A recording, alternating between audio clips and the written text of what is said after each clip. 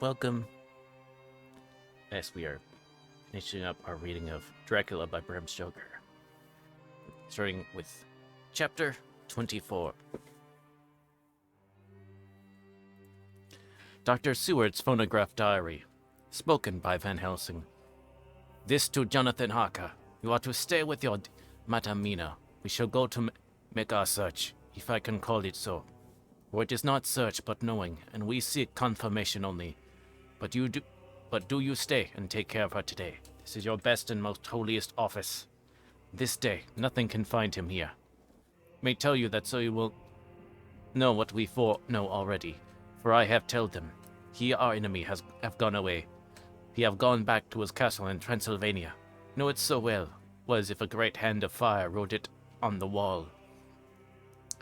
He have prepared for this in some way, and that last earth box was ready to ship somewheres. For this he took the money. For this he hurried at the last, lest we catch him before the sun go down.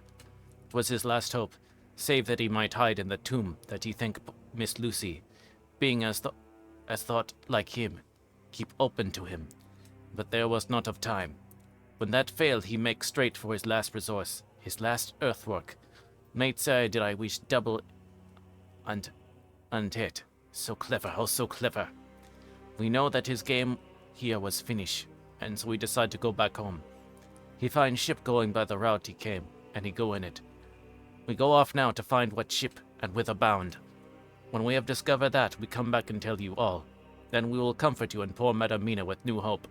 For it will be hope when you think it over, that all is not lost.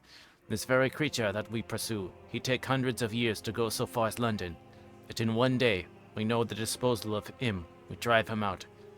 He is finite, though he's so powerful to do harm and suffer not as we do. We are strong, each in our purpose. We are more strong together. Take heart afresh, dear husband of Madame Mina.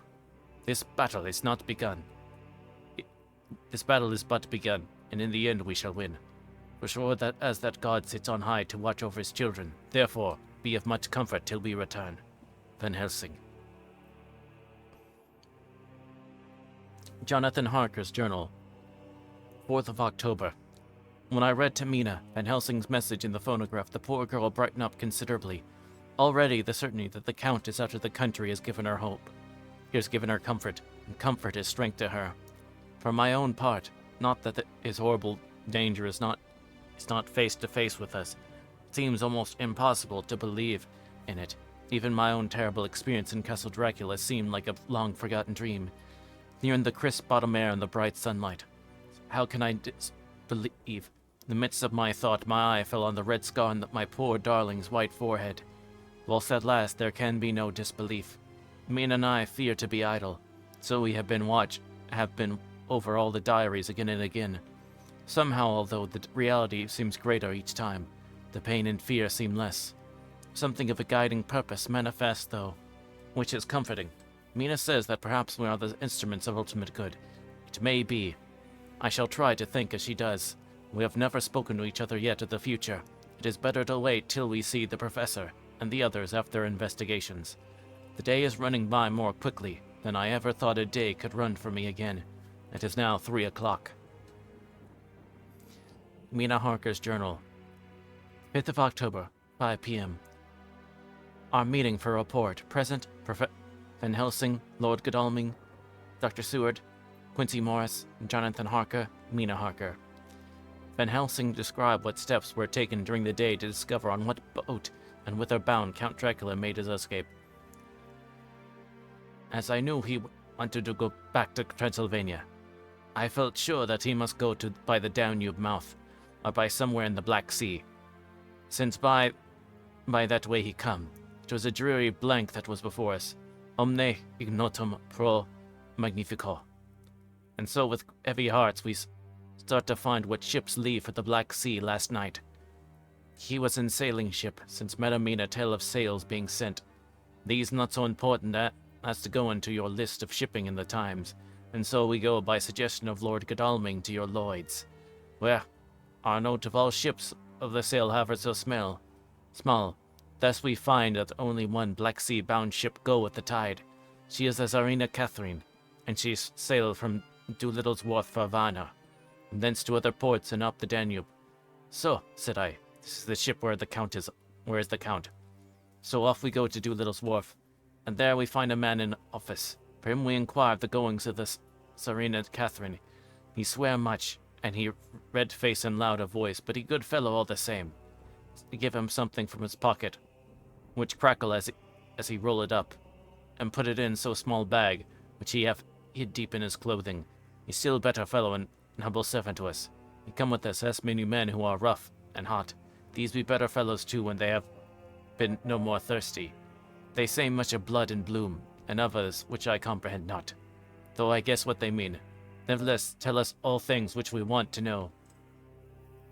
They make known to us among them how last afternoon or about 5 o'clock comes a man so hurry. A tall man, thin and pale, with high nose and teeth so white, and eyes that seem to be burning. That he be all in black, except that he have a hat of straw which suit not him or the time. That he scatter his money in making quick inquiry as to what ship sails for the Black Sea, and for where. Some took him to the office and then to the ship, where he will not go aboard but halt at shore end of gangplank, and ask that the captain come to him. Captain come, when told that he will pay well, though he swear much at the first, agree to term. Then the thin man go and someone tell him where horse and cart can be hired. He go there and soon he come again, himself driving cart on which a great box. This himself left down. Will it take several men to put it on truck for the ship. He gave much talk to captain as to how and where his box is to be placed, but the captain like it not and swear at him in many tongues and tell him that if he like he can come and see where it shall be, but he say no, that he come not yet, for that he have much to do, when the captain tell him that he better be quick with blood, for that ship will leave the place. A blood before the turn of the tide with blood. Then the thin man smile and say of course he must go when he think fit. But he was surprised if he quite so soon. The captain swear again, polyglot. The thin men make him bow, and thank him and say that he will so far true on his kindness as to come aboard before sailing. Find out the captain more red than ever and more tongues. Tell him that he doesn't want no Frenchmen, with bloom upon them and also with blood in his ship. Blood on her also. And so after asking where he might purchase ship forms, he departed. No one knew where he went or Bloom well cared, as they said, for they had something else to think of. Well with blood again, for it soon became apparent at all the Serena Catherine would not sail as expected. A thin mist began to creep up from the river, and it grew and grew, till soon as the dense fog enveloped the ship, or under, the captain swore polyglot. Very polyglot with bloom and blood, but he could do nothing. Water rose and rose, and he began to fear that he might lose the tide altogether. Frilly mood. When just at full tide the thin man came up the gangplank again and asked where the box had been stowed. Captain replied that he wished he and his box, and with much bloom and blood, were in hell. Thin man did not be offended, and went down with the mate and saw where it was placed, and came up and stood a while on the deck in fog. Come by himself, for none noticed him. Indeed, they thought not of him, for soon the fog began to melt away, and all was clear again. Friends of the Thurston language that was of bloom and blood laughed as they told that the captain swears exceed even his usual polyglot, and was more than ever full of picturesque.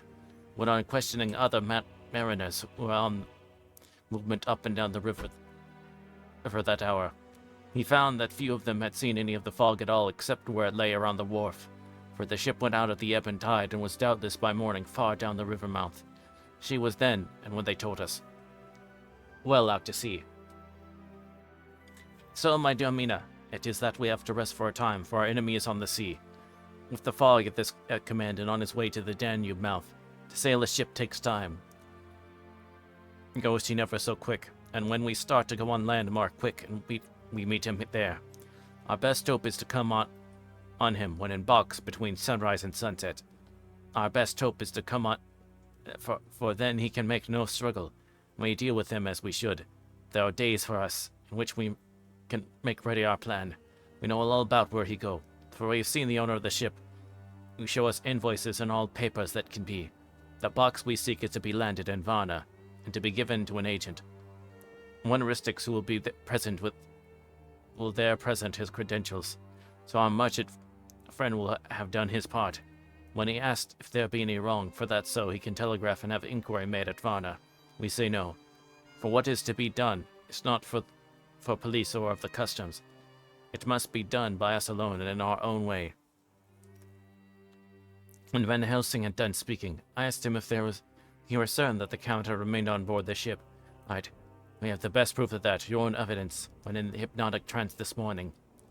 Asked him again if it were really necessary that he should pursue the Count, for I dread Jonathan leaving me, and I know that he would surely go if the others went.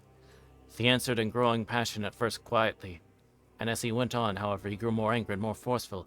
In the end, we could not but see wherein was at least some of that personal dominance which made him so long a master amongst men.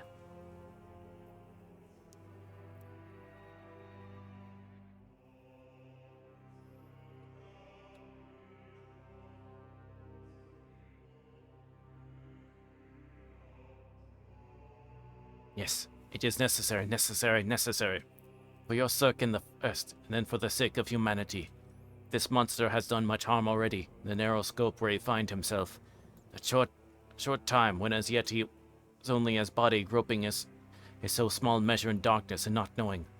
All this have I told these others. My dear Mina, will learn it in the phonograph of my friend John, or in that of your husband. I have told them how the measure of leaving his own barren land, barren of people, and coming to a new land, where life of man teems till they are like multitude of standing corn, was the work of centuries. Were another of the undead like him to try to do what he has done, perhaps not all the centuries of the world that have been, or that will be, could aid him. This one, all the forces of nature that are occult and deep and strong must have worked together in some wondrous way. Very place where he has been alive, yet for all these centuries is full of strangeness of the geologic and chemical world. There are deep caverns and fissures that reach none but whither.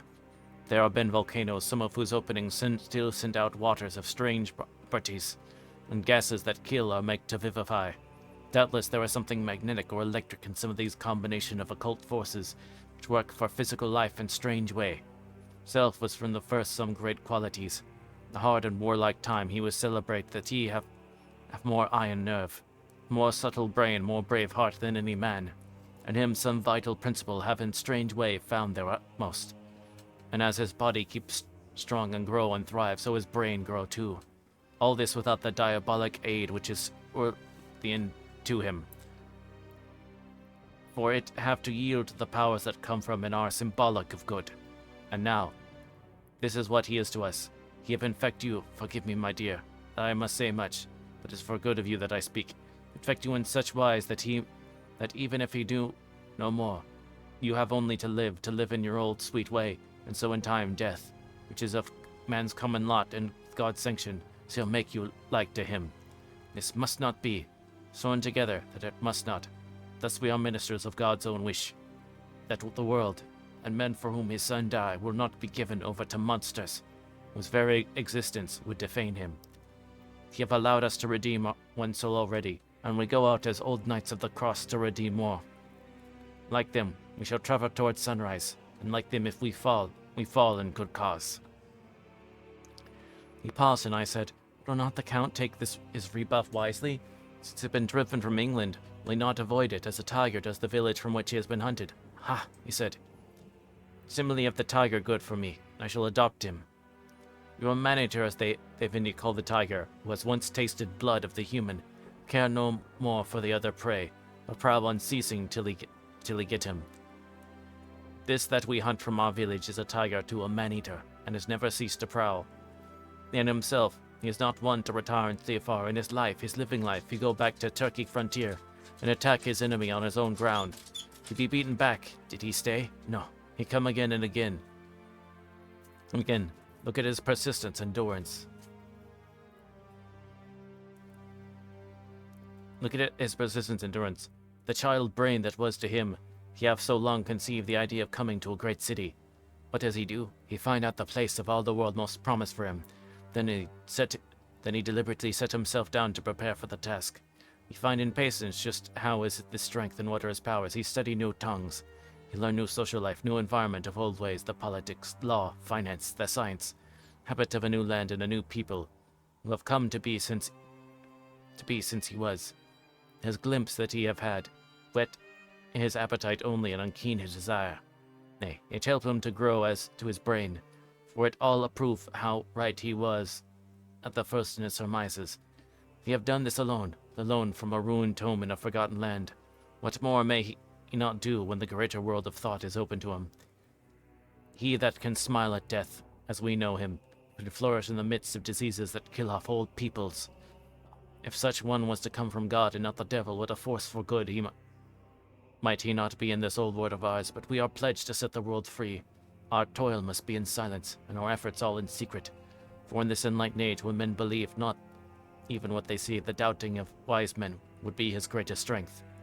It would be at once his sheath in his armor, and his weapon to destroy us, his enemies, who are willing to peril even our souls for the safety of one we love, for the good of mankind, for the honor and glory of God. After a general discussion, it was determined that for tonight, nothing be definitely settled, that we should all sleep on the facts and try to think out the proper conclusions. Tomorrow at breakfast we are to meet again, and after making our conclusions known to one another, we shall decide on some definite cause of action. Feel wonder of rest and peace tonight. It is as if some haunting presence was removed from me. Perhaps my surmise was not finished. It could not, for I caught sight in the mirror of the red mark upon my forehead, and I knew that I was still unclean.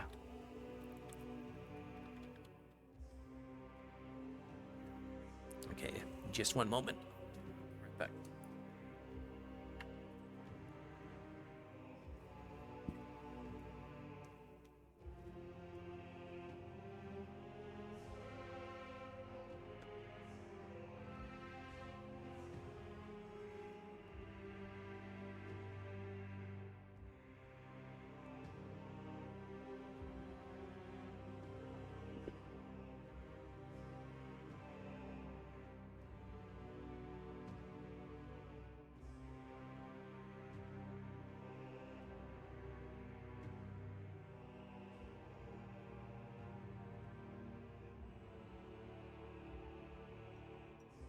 Surely my tea is done.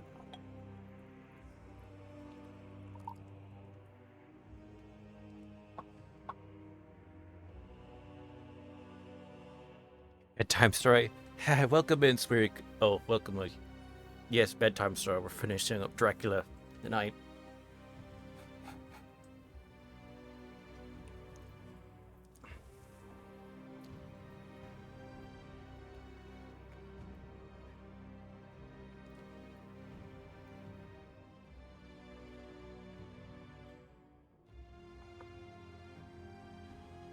Dr. Seward's diary. 5th of October. We all arose early, and I think that sleep did much for each of us. For each and all of us. When we met at early breakfast, there was more general cheerfulness than any of us had ever expected to experience again. It is really wonderful how much resilience there is in human nature. Let any obstructing cause, no matter what, be removed in any way, even by death, and we fly back to first principles of hope and enjoyment. More than once as we sat round the table, my eyes opened in wonder whether the whole of the past days had not been a dream. It was only when I caught sight of the red blotch on Miss Harker's forehead that I was brought back to reality. Even now, when I am gravely revolving the matter, it is almost impossible to realize that the cause of all our trouble is still existent. Even Mrs. Harker seems to lose sight of our trouble for whole spells. It is only now and again when something recalls it to her mind that she thinks of her terrible scar. We are to meet here in my study in half an hour and decide on our course of action. I can see only one immediate difficulty. I know it by instinct rather than reason. We shall all have to speak frankly, and yet I fear that in some mysterious way poor Mrs. Harker's tongue is tied. I know that she forms conclusions of her own. From all that has been in, I can guess how brilliant and how true they must be, but she will not or cannot give them utterance. I have mentioned this to Van Helsing, but he and I to talk over it when we are alone. I suppose it is some of that horrid poison which has got into her veins beginning to work. The Count had his own purposes when he gave her what Van Helsing called the vampire's baptism of blood. Well, there may be a poison that distills itself out of good things. In an age where the existence of Pentaines is a mystery, we should not wonder at anything. One thing I know, that if my instinct be true regarding poor Mrs. Harker's silences, then there is a terrible difficulty, an unknown danger in the work before us. The same power that compels her silence may compel her speech. I dare not think further. for so I should, in my thoughts, dishonor a noble woman. Later, when the professor came in, we talked over the state of things. I could see that he had something on his mind which he wanted to say, but felt some hesitancy about broaching the subject. After beating about the bush a little, he said, "Friend John, there is something that you and I must talk of alone. Just at the first, at any rate. Later, we begin to take others into our confidence." Then he stopped, so I waited. He went on, "Better Mina, our poor dear Mina, is changing." Cold shiver ran through me to find my worst fears thus endorsed. Van Helsing continued. "The sad experience of Miss Lucy. We must this time be warned before things go too far. Our task is now in reality more difficult than ever, and this new trouble makes every hour the direst importance. I can see the characteristics of the vampire coming in our face. It is now but very, very slight, but is to be seen if we have eyes to notice without prejudice. Her teeth are sharper, and at times her eyes are more hard. But these are not all. There is to be heard the silence now often, so it was with Miss Lucy. She did not speak, even when she wrote that which she wished to be known later. My fear is this: if it be that she can, by our hypnotic trance, tell what the Count sees and hear, is it not more true that he, who have hypnotized her first, and have drink of her very blood, and may drink of his, should, if he will, compel her mind to disclose to him that which she know?" I nodded acquiescence. He went on, "Then, what we must do is to prevent this. We must keep her ignorant of our intent, and so she cannot tell what she know not. This is a painful task. It's painful that it heartbreaks me to think of it. But it must be. When today we meet, I must tell her that for reason we will not speak. She must not be more a counsel, but be simply guarded by us." He wiped his forehead, which he had broken out in profuse perspiration at the thought of the pain he might have to inflict upon the poor soul already so tortured. I knew that it would be some sort of comfort to him if I told him that I also had come to the same conclusion, for at any rate it would take away the pain of doubt. I told him, and the effect was as expected. It is now close to the time of our general meeting. Van Helsing has gone away to prepare for the meeting, and is painful part of it. We believe his purpose is to be able to pray alone. At the very outset of our meeting, a great personal relief was experienced by both Van Helsing and myself. Mrs. Harker had sent a message by her husband to say that she would not join us at present, as she thought it would be better that we should free to discuss our movements without her presence to embarrass us. The professor and I looked at each other for an instant, and somehow we both seemed relieved. For my own part, I thought that if Miss Mina realized the danger herself, it was much pain as well as much danger averted. Under the circumstances, we agreed by his questioning look and answer, a finger on lip, to preserve silence in our suspicions, until we should have been able to confer alone again. We went at once into our plan of campaign. Van Helsing roughly put the facts before us. The Serena Catherine left the Thames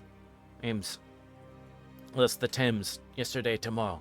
It will take her at the quickest speed she has ever made at least 3 weeks to reach Varna. But we can travel overland to the same place in 3 days. Now, if we follow for 2 days less for the ship's voyage, owing to such weather influences as we know the Count bring to bear, and if we allow a whole day and night for any delays which may occur, then we have a margin of nearly 2 weeks. Thus, in order to be quite safe, we shall leave here on the 17th at latest. Then we shall at any rate be in Varna a day before the ship arrives, and be able to make such preparations as may be necessary. Of course, we shall all go armed against evil things, spiritual as well as physical." Here Quincy Morris added, "Understand that the Count comes from a wolf country, and it may be that he shall get there before us. I propose that we add Winchesters to our armament. I have a kind of belief in a Winchester when there is any trouble of that sort around. Do you remember, Art, when we had the pack after us at Tobolsk? What we wouldn't have given then for a repeater apiece." "Good," said Van Helsing. "Winchesters it shall be. Quincy's head is level at times. Most so when there is to hunt. Metaphor be more dishonor to science than wolves be of danger to man. In the meantime, we can do nothing here. And as I think that Varna is not familiar to any of us, why not go there more soon? It is as long to wait here as there. Tonight and tomorrow we can get ready, and then, if all be well, we 4 can set out on our journey." "We 4?" said Harker interrogatively, looking from one to another of us. Of course, said the professor quickly. You must remain to take care of your so sweet wife. Harker was silent for a while, and then said in a hollow voice, Let us talk of that part in the morning. I want to consult with Mina. Thought that now was the time for Van Helsing to warn him to not disclose our plan for her, but he took no notice. I looked at him significantly and coughed. For answer, he put his finger to his lips and turned away.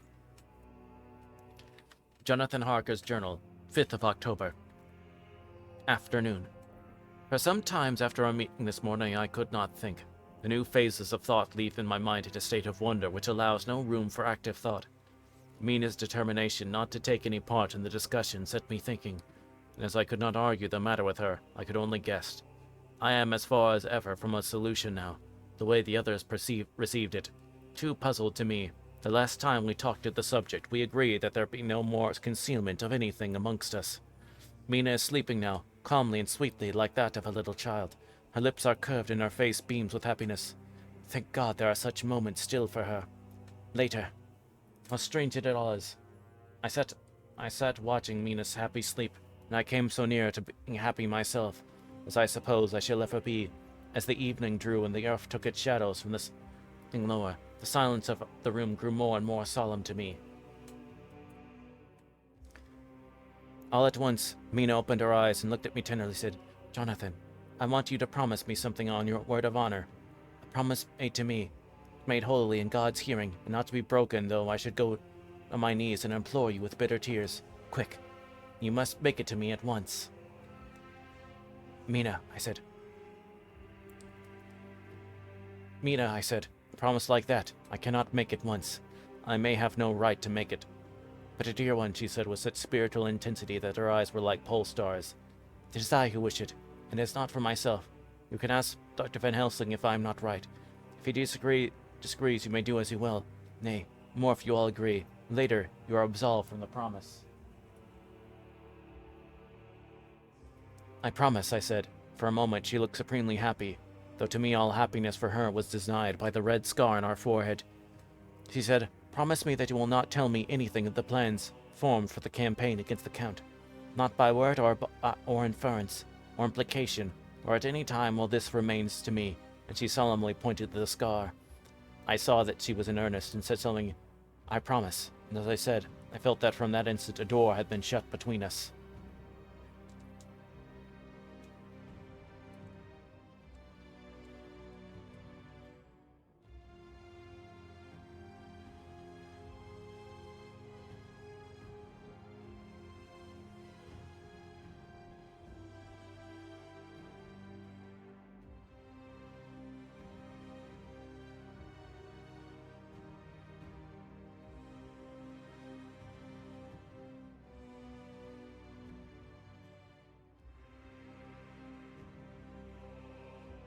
Later, midnight.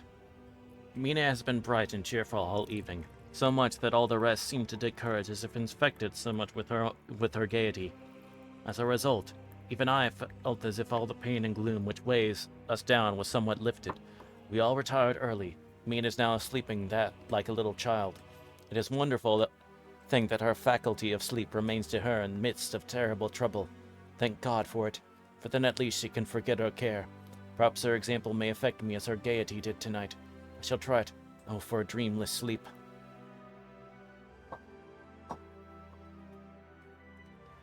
6th of October, morning. Another Another surprise. Mina woke me early about the same time as yesterday, and asked to bring Dr. Van Helsing.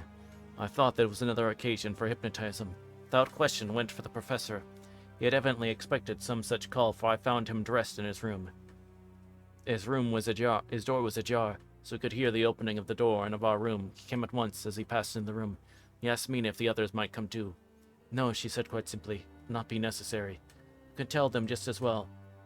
I must go with you on your journey. Van Helsing was startled as I was. After a moment's pause, he asked, But why? You must take me with you. I'm safer with you, and you shall be safer too.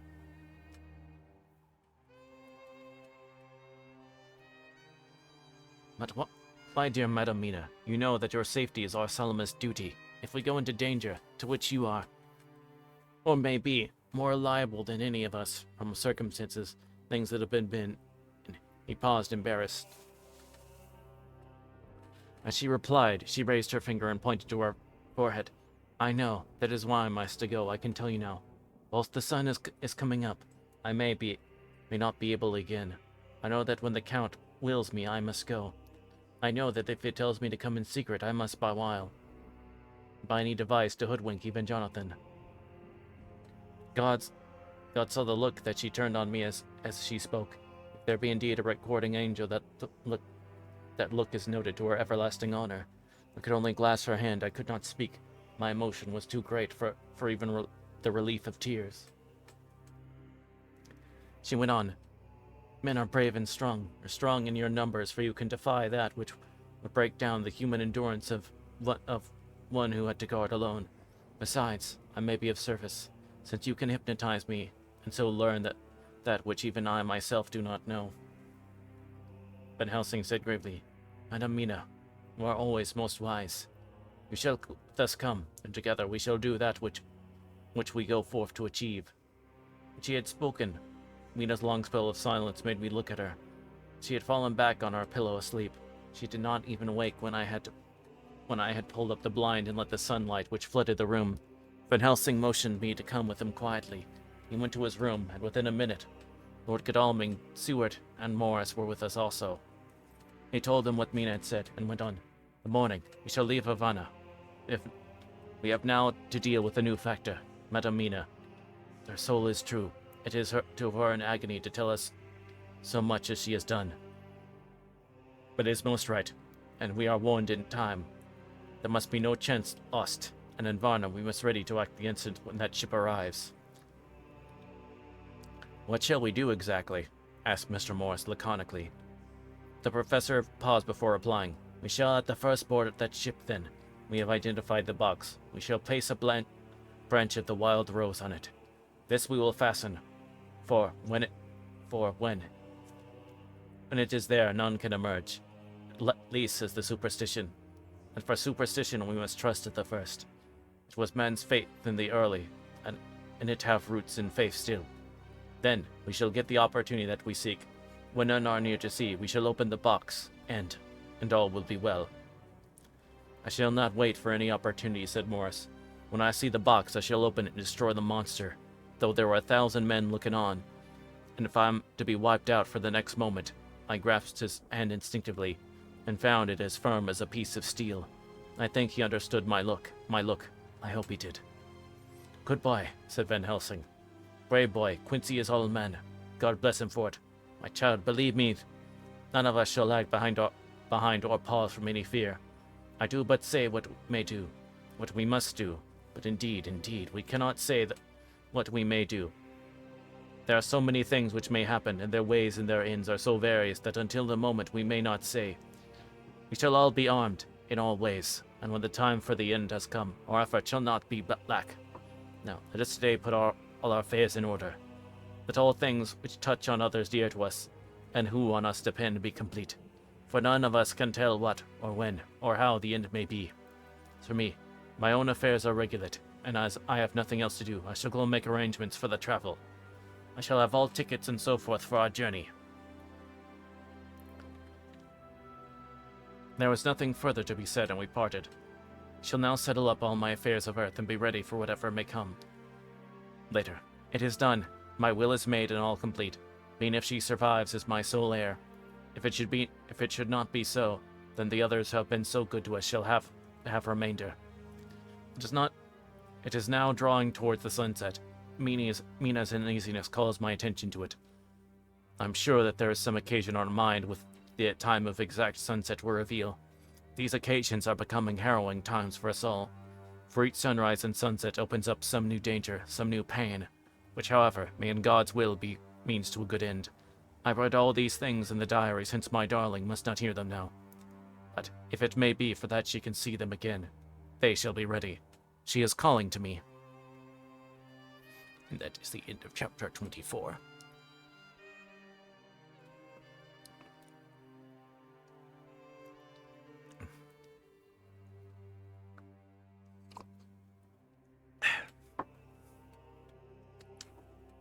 Oolong tea. Nice. Lovely. Okay. Chapter 25. Dr. Seward's Diary. 11th of October, evening. Jonathan Harker has asked me to note this, as he says he is hardly equal to the task and he wants an exact record kept. I think that none of us were surprised when we were asked to see Mrs. Harker a little before the time of sunset. We have of late come to understand that sunrise and sunset are to her times of peculiar freedom, when her old self can be manifest without any controlling force subduing or restraining her, or inciting her to action. This mood or condition begins some half hour or more before actual sunrise or sunset, and lasts till either the sun is high, or whilst the clouds are still aglow with the rays streaming above the horizon. At first there is a sort of negative condition, as if some tie were loosened, and then the absolute freedom quickly follows. When, however, the freedom ceases, the change back or relapse comes quickly, preceded only by a spell of warning silence. Tonight, she was somewhat constrained, and bore all the signs of an internal struggle. I put down myself by making a violent effort at the earliest instant she could do so. A very few minutes, however, gave her complete control of herself. Then, motioning her husband to sit beside her on the sofa, where she was half reclining, she made the rest of us bring chairs up close. Taking her husband's hand in hers, she began, "We're all here together in freedom, for perhaps the last time. I know that you will always be with me to the end." This was to her husband, whose hand had, as we could see, tightened upon her. "In the morning we go out upon our task, and God knows what may be in store for any of us. You are going to be so good to me to take me with you.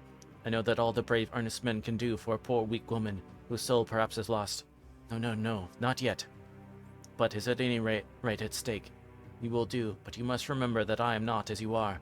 There is poison in my blood, in my soul, which must destroy me, unless some relief come to us.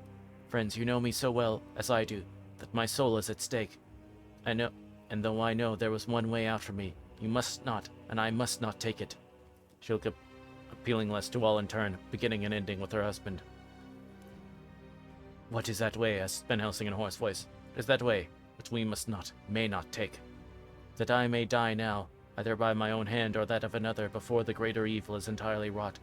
I know, and you know, that were I once dead, you could and would set free my immortal spirit, even as you did my poor Lucy's. Were death or the fear of death the only thing that stood in the way, I would not shrink to die here amidst friends who love me.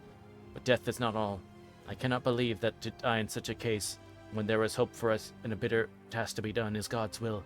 Therefore, on my own part, give up here the certainty of eternal rest, and go out into the dark where maybe the blackest things that the world, or the netherworld, holds."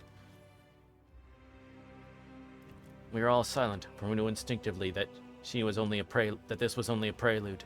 The faces of the others were set, and Harker's grew ashen gray. Perhaps he guessed better than any of us what was coming. She continued, "This is what I can give into the hotch pot." Could but not note the legal phrase which she used in such a place, and with all seriousness. "What will each of you give? Your lives, I know," she went on quickly. "That is easy for brave men. Your lives are God's, and you can give them back to him. But what will you give to me?" She looked again questioningly, but this time avoided her husband's face. Quincy seemed to understand. He nodded, and her face lifted up. "I shall tell you plainly what I want." Then I shall tell you plainly what I want, for there must be no doubtful matter in this connection between us now. You must promise me, one and all, even you, my beloved husband, that, should the time come, you will kill me." "What is that time?" The voice was Quincy's, but it was low and strained.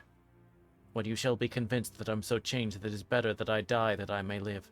When I am thus dead in the flesh, then you will, without a moment's delay, drive a stake through me and cut off my head, or do whatever else may be wanting to give me rest." Quincy was the first to rise after the pause. He knelt down before her and taking her hand in his, said solemnly, "I'm only a rough fellow, who hasn't perhaps lived as a man should to win such a distinction. But I swear to you by all that I hold sacred and dear, that should the time ever come, I shall not flinch from the duty you have set us.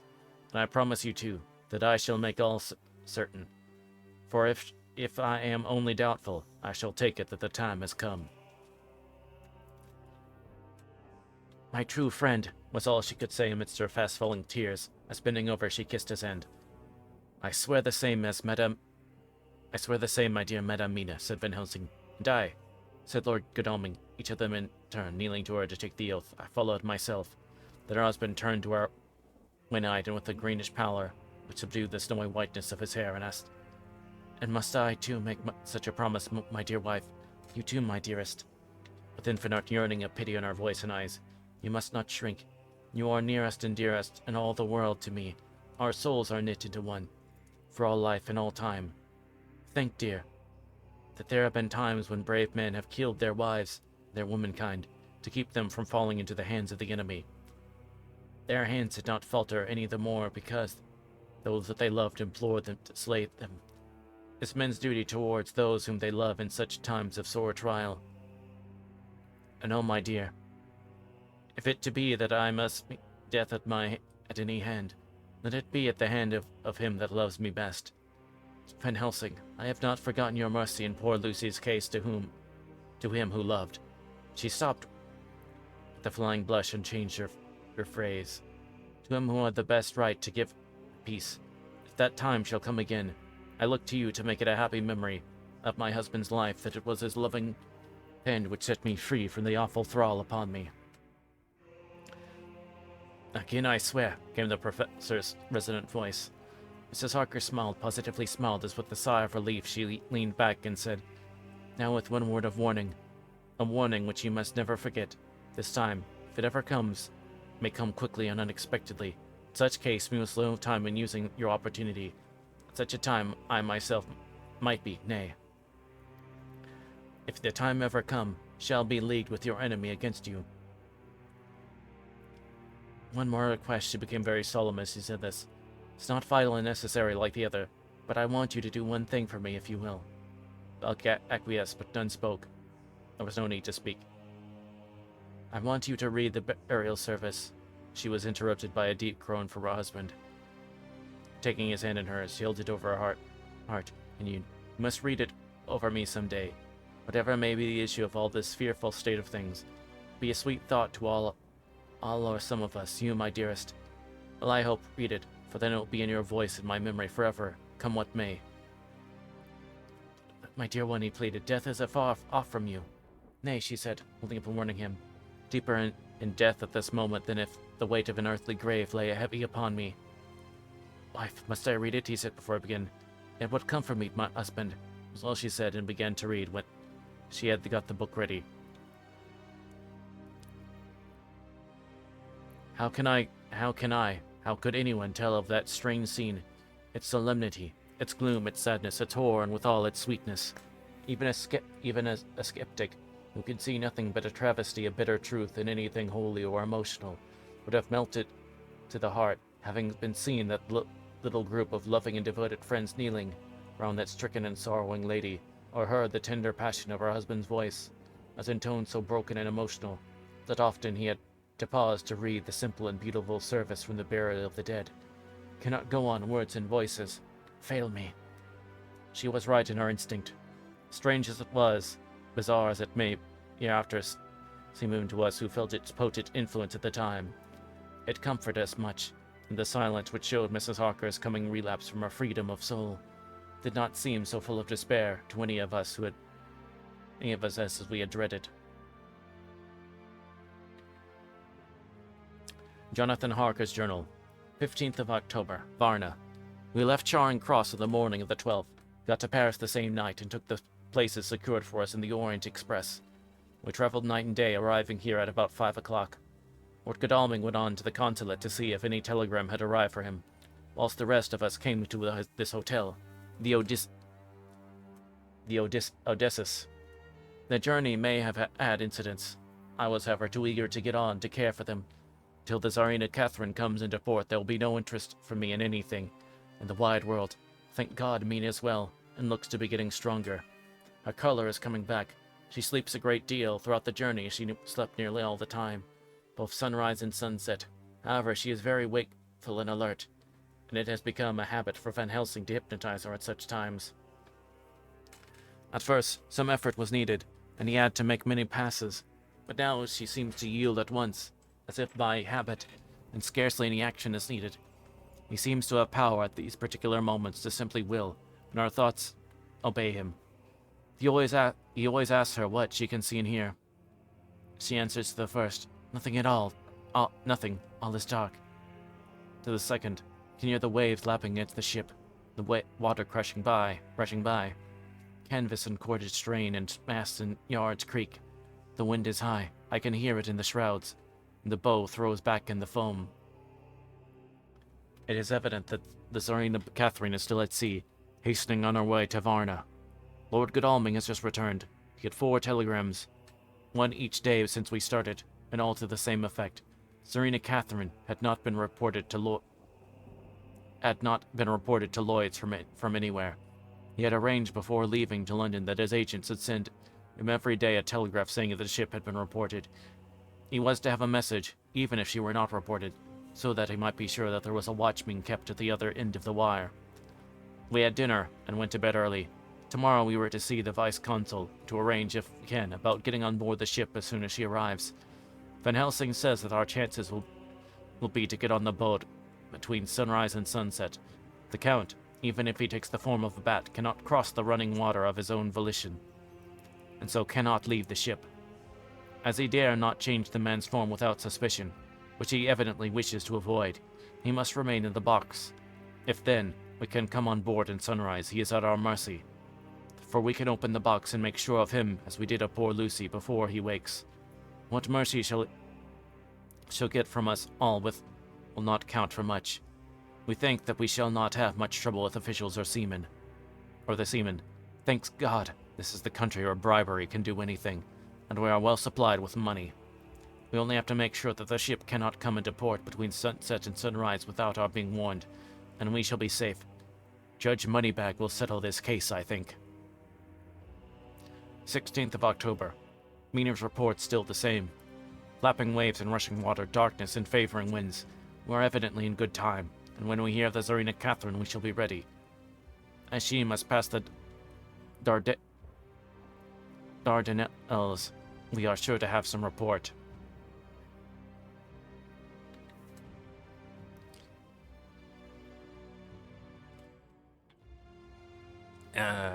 Okay. We got an ad break incoming. So we're gonna do that, and then we're right back. I will have words on stream for those that have a sub or a Twitch turbo.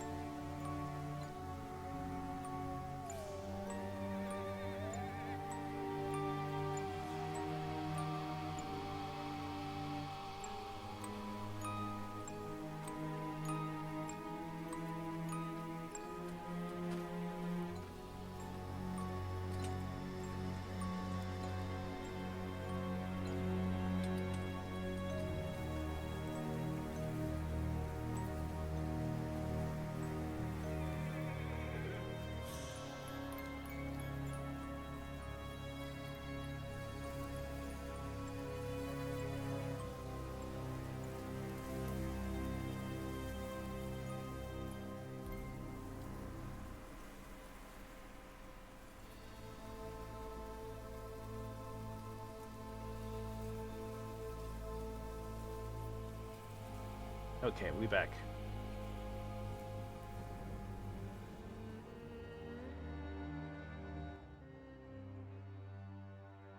Alright. Ahem.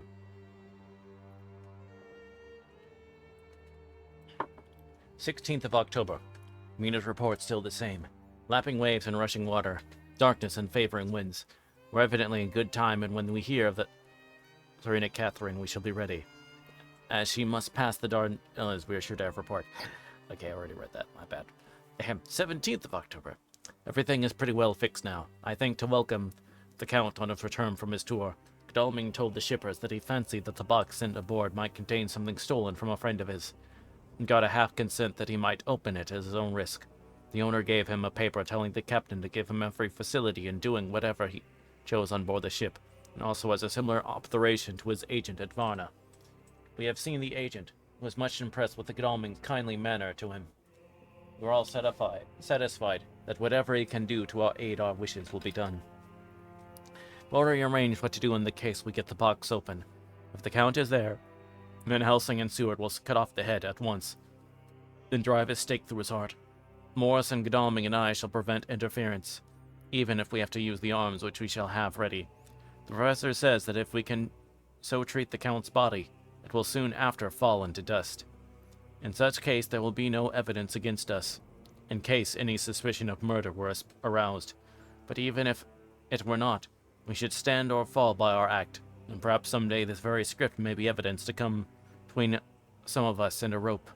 For myself, I shall take the chance only too thankfully if it were to come.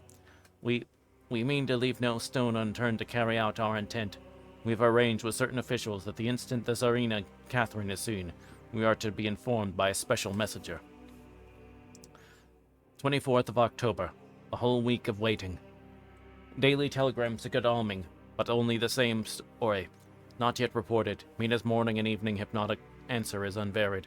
Lapping waves, rushing water, and creaking masts. Telegraph. October 24th, Rufus Smith Lloyd, London, to Lord Godalming, care of H.B.M., Vice Consul Varna. Serena Catherine reported this morning from Dardanelles. Dr. Seward's diary. 25th of October. I miss my phonograph. To write such a diary with a pen is irksome to me. But Van Helsing says I must. We were all wild with excitement yesterday when Godalming got his telegraph from Lloyd's. I know now what men feel in battle when the call to action is heard. Mrs. Harker, alone of our party, did not show any signs of emotion. After all, it's not strange that she did not, for we took special care not to let her know anything about it, and we all tried to show any excitement when we were in her presence. In old days she would, I'm sure, have noticed, no matter how we might have tried to conceal it. But this is she has greatly changed during the past 3 weeks. The lethargy grows upon her, and she seems strong and well, and is getting back some of her color. Van Helsing and I are not satisfied. We talk of her often. We have not, however, said a word to the others. It would break poor Harker's heart, certainly his nerve, if he knew that we had even a suspicion on the subject. Van Helsing examines, he tells me, her teeth very carefully, while she is in the hypnotic condition, for he says that so long as they do not begin to sharpen, there is no active danger of a change in her. If this change should come, it would be necessary to take steps. We both know what those steps would have to be. Though we did not mention our thoughts to each other, we should neither of us shrink from the task, awful though it be to contemplate. Euthanasia is an excellent and a comforting word. I am grateful to whoever invented it. There's only about 24 hours sail from the Dardanelles to here. At the rate the Serena Catherine has come from London, she should therefore arrive some time in the morning. But as she cannot possibly get in before noon, we are all about to retire early. We shall get up at 1 o'clock, so as to be ready. 25th of October, noon. No news yet of the ship's arrival. Mrs. Harker's hypnotic report this morning was the same as usual, so it's possible that we may get news at any moment. We men are all in fevered excitement, except Harker, who is calm. His hands are as cold as ice. An hour ago I found him wetting the edge of the great Gorka knife, which he now always carries with him. It would be a bad lookout for the Count if the edge of that kukri ever touches his throat, driven by that stern, ice-cold hand. Van Helsing and I were a little alarmed about Mrs. Harker today. About noon, she got into a sort of lethargy, which we did not like, although we kept silence to the others. We weren't either of us happy about it. She had been restless all morning, and so that we were at first glad to know that she was sleeping. When, however, her husband mentioned casually that she was sleeping so soundly that he could not wake her, to our room to see for ourselves. She was breathing naturally and looked so unpeaceful that we agreed that the sleep was better for her than anything else. Poor girl. She has so much to forget that it's no wonder that what sleep, if it brings oblivion to her, does her good. Later, our opinion was justified, for even after a refreshing sleep of some hours, she woke up. She seemed brighter and better than she had been for days. At sunset, she made the usual hypnotic report. Wherever he may be in the Black Sea, the Count is hurrying to his destination, to his doom, I trust. 26th of October, another day and no tidings of the Tsarina Catherine. She ought to be here by now. That she is still journeying somewhere is apparent, for Mrs. Harker's hypnotic report at sunrise was still the same. It is possible that the vessel may be lying by at times for fog. Steamers which come in the evening reported patches of fog both to north and south of the port. We must continue our watching, so the ship may now be signaled any moment. 27th October, noon. Most strange. No news yet of the ship we wait for. Mrs. Harker reported last night and this morning was, as usual, lapping waves and rushing water, though she added that the waves were very faint. The telegram from London had been the same, no further report. Van Helsing is terribly anxious and told me just now that he fears the Count is escaping us. He added significantly, I do not like that lethargy of Madame Mina's. Souls and memories can do strange things during trance. I was about to ask him more, but Harker just then came in and held up a warning hand. We must try tonight at sunset to make her speak more fully when in her hypnotic state. 28th of October, telegram, Rufus Smith, London to Lord Godalming, care HBM, Vice Consul Varna. Tsarina and Catherine reported entering Galatz at 1 o'clock today. Dr. Seward's diary, 28th of October. When the telegraph came announcing the arrival in Galatz, I did not think it such shock to any of us, as might have been expected. True, we did not know whence or how or when the bolt would come. But I think we all expected that something strange would happen. The day of arrival at Varna made us individually satisfied that things would not be just as we had expected. We only waited to learn when the change would come. Nonetheless, however, it was a surprise. I suppose that nature works on such a hopeful basis that we believe against ourselves that things will be as they ought to be. Not as we should know they will be. Transcendentalism is a beacon to the angels, even if it be a will-o-wisp to man. Van Helsing raised his hand over his head for a moment, as though in remonstrance with the Almighty, but he said not a word, and in a few seconds stood up with his face sternly set. Lord Godalming grew very pale and sat breathing heavily. I was myself half stunned, and looked in wonder at one after another. Quincy Morris tightened his belt with a quick movement, which I knew so well. In our old wandering days it meant action. Mrs. Harker grew ghastly white, so that the scar on her forehead seemed to burn. She folded her hands meekly and locked up in prayer. Harker actually smiled the dark, bitter smile of one who is without hope, but at the same time, his action belied his words, for his hands instinctively sought the hilt of the great cookery knife and rested there. When does the next train start for Galatz? Said Van Helsing to us generally. At 6:30 tomorrow morning. We all started, for the answer came from Miss the answer came from Mrs. Harker. How on earth do you know? Said Art. You forget, or perhaps you do not know, though Jonathan does, and so does Van Helsing, that I am the train fiend. At home in Exeter, I always used to make up the timetables, so as to be helpful to my husband. I found it so useful sometimes that I always make a study of the timetables now. I knew that if anything were to take us to Castle Dracula, we should go by Galatz, or at any rate through Bucharest, so I learned the times very carefully. Unhappily, there are not many to learn, as the only train tomorrow leaves, as I say.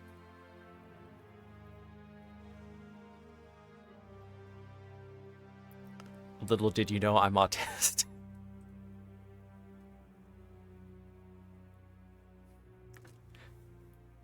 It kind of does have that vibe a little bit.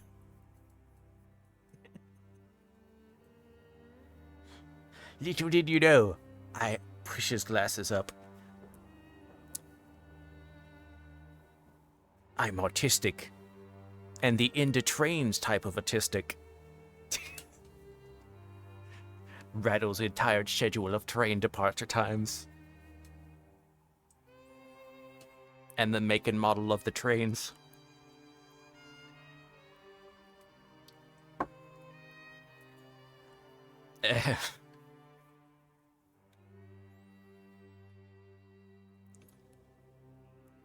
Wonderful woman, murmured the professor. Can we get a special? Asked Lord Godalming. But Helsing shook his head. I fear not. This land is very different from yours or mine. Even if we did have a special, it'd probably not arrive as soon as our regular train. For we'll have something to prepare. We must think, and let's organize. You, friend Arthur, go to the train and get the tickets and arrange that all be ready for us to go in the morning. To you, friend Jonathan, go to the agent at the ship and get him letters to the agent in Galatz, with authority to make a search of the ship, just as it was here. Quincy, Morris, you can see the vice-consul. Get his aid with his fellow in Galatz, and all he can do to make our way smooth. Let no time be lost when over the Danube. John will stay with Madame Mina and me. We shall consult, for so if time may be long, he may be delayed. It will not matter when the sun set, since I am here with Madame to make report. And I said Mrs. Archer brightly, more like her old self than she had been for many a long day. She'll try to be of use in all ways, and shall think and write for you as I used to do. Something is shifting from me in some strange way, and I feel freer than I have been of late. The three younger men looked happier at the moment as they seemed to realize the importance of our words, but Van Helsing and I turned to each other, met each a grave and troubled glance. We said nothing at the time, however. When the three men had gone out to their task, Van Helsing asked Mrs. Harker to look up a copy of the diaries and find him the part of Harker's journal at the castle. She went away to get it. When the door was shut upon her, he said to me, "You mean the same, speak out." There is some change, there's a hope that makes me sick, for it may deceive us. Quite so. Do you know why I asked to get the manuscript? No, said I, unless it was an opportunity of seeing me alone.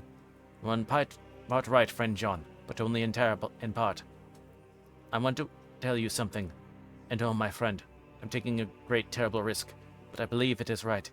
In the moment when Madame Mina said those words that arrest both our understanding, an inspiration came to me. The trance of 3 days ago, the Count sent her his spirit to read her mind, or more like that he took her to see him in the earth box in the ship with water rushing, just as to go free at rise and set of the sun. He learned then that we are here, for she have more to tell her in open life, with eyes to see, ears to hear than he. Shut he is in his coffin box. Now he makes his most effort to escape us. At present he want her not. He is sure with his so great knowledge that she will come at his call. But he cut her off, take her as he can do, out of his own power, that she comes not to him. There I have hoped that our men brains have been of man so long, and that have not lost the grace of God, will come higher than his child brain, and that lie in his tomb for centuries, that grow not yet to our stature, and that do only work selfish and therefore small.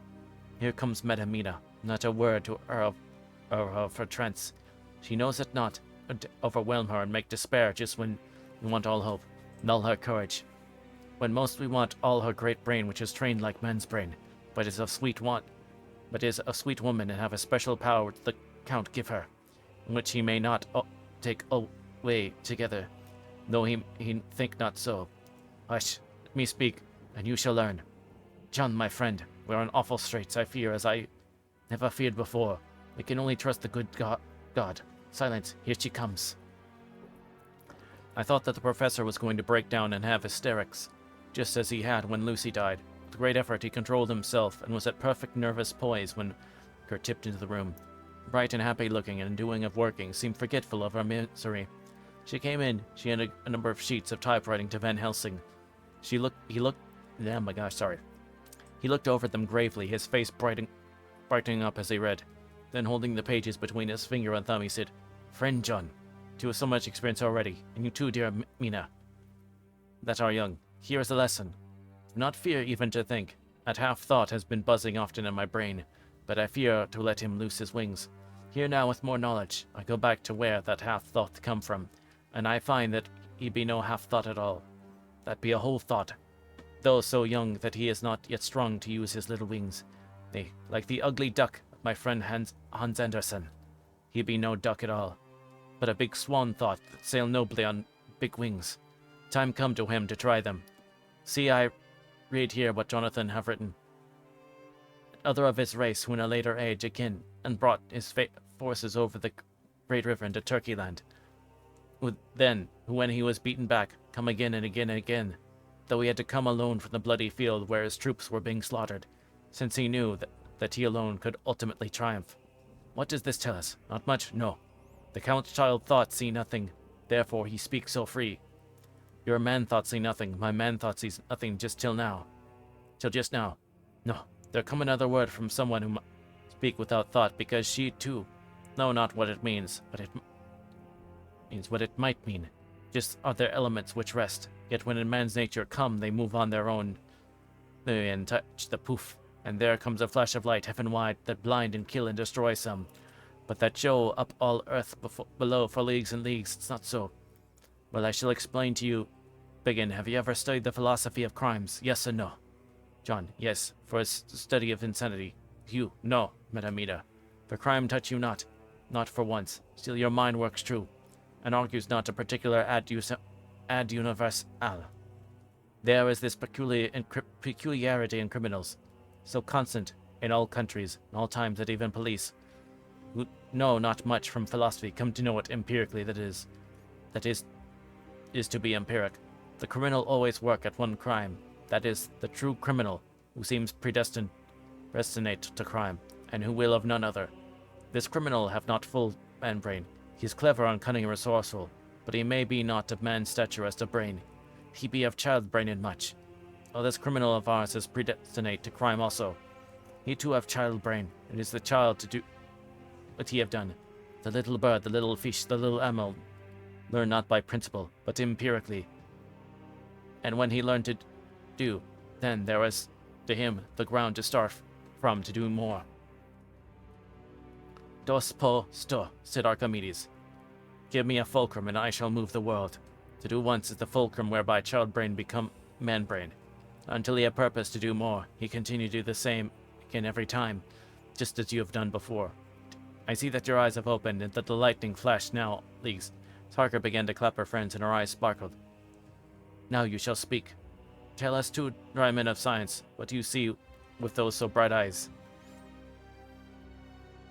I took her hand and held it whilst he spoke. His finger and thumb closed on her pulse, as I thought instinctively, unconsciously, as she spoke. The Count is a criminal, and of criminal type. Nordo and Rosa would so classify him. And qua criminal, he is of an imperfectly formed mind. Thus in difficulty, he has to seek resource and habit. His past is a clue, on the own page of it that we know, and that from his own lips.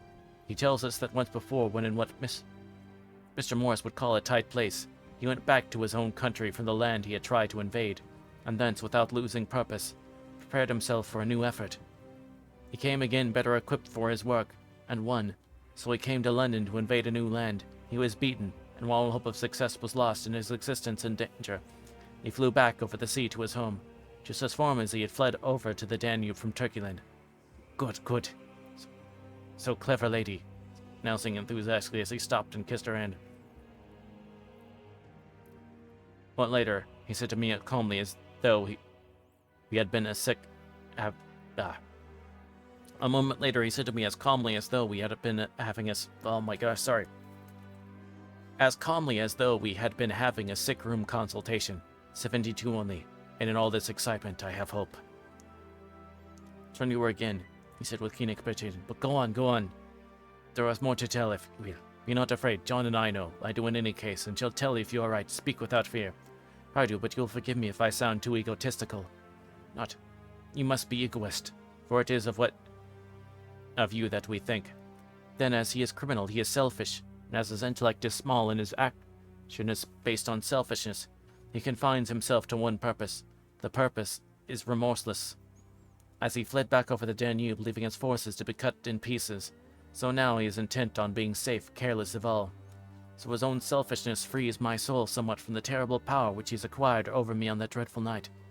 Felt it, thank God for his great mercy. My soul is freer than it has been since that awful hour, and all that haunts me is fear lest in some trance or dream he may have used my knowledge for his ends.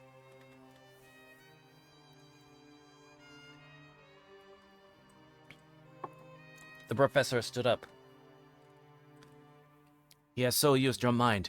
By it he has left us here in Varna, whilst the ship that carried him rushing enveloping fog up to Galatz, where doubtless he had made preparations for escaping from us. But his child mind only saw so far, and it may be that, as ever as in God's providence, the only thing that the evildoer most reckoned on for his selfish good turned out to be his chiefest harm. The hunter has taken his own snare, as the great psalmist says. For now, that he think he is free of every trace of us all, that he has escaped us of so many hours to him, then his selfish child brain will whisper him into sleep.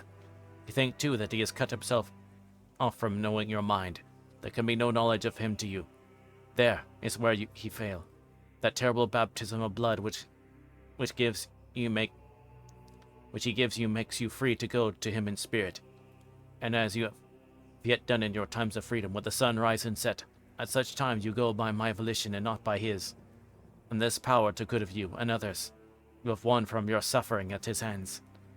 This now all more precious than he know it not, to guard himself, have even cut himself off from his knowledge of our where.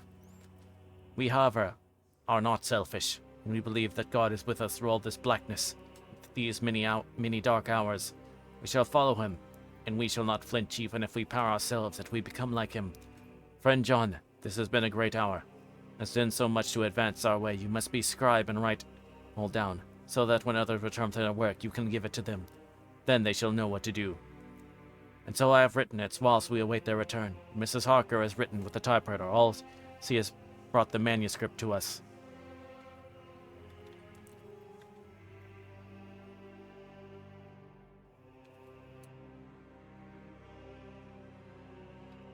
Chapter 26. Dr. Seward's Diary. The 29th of October.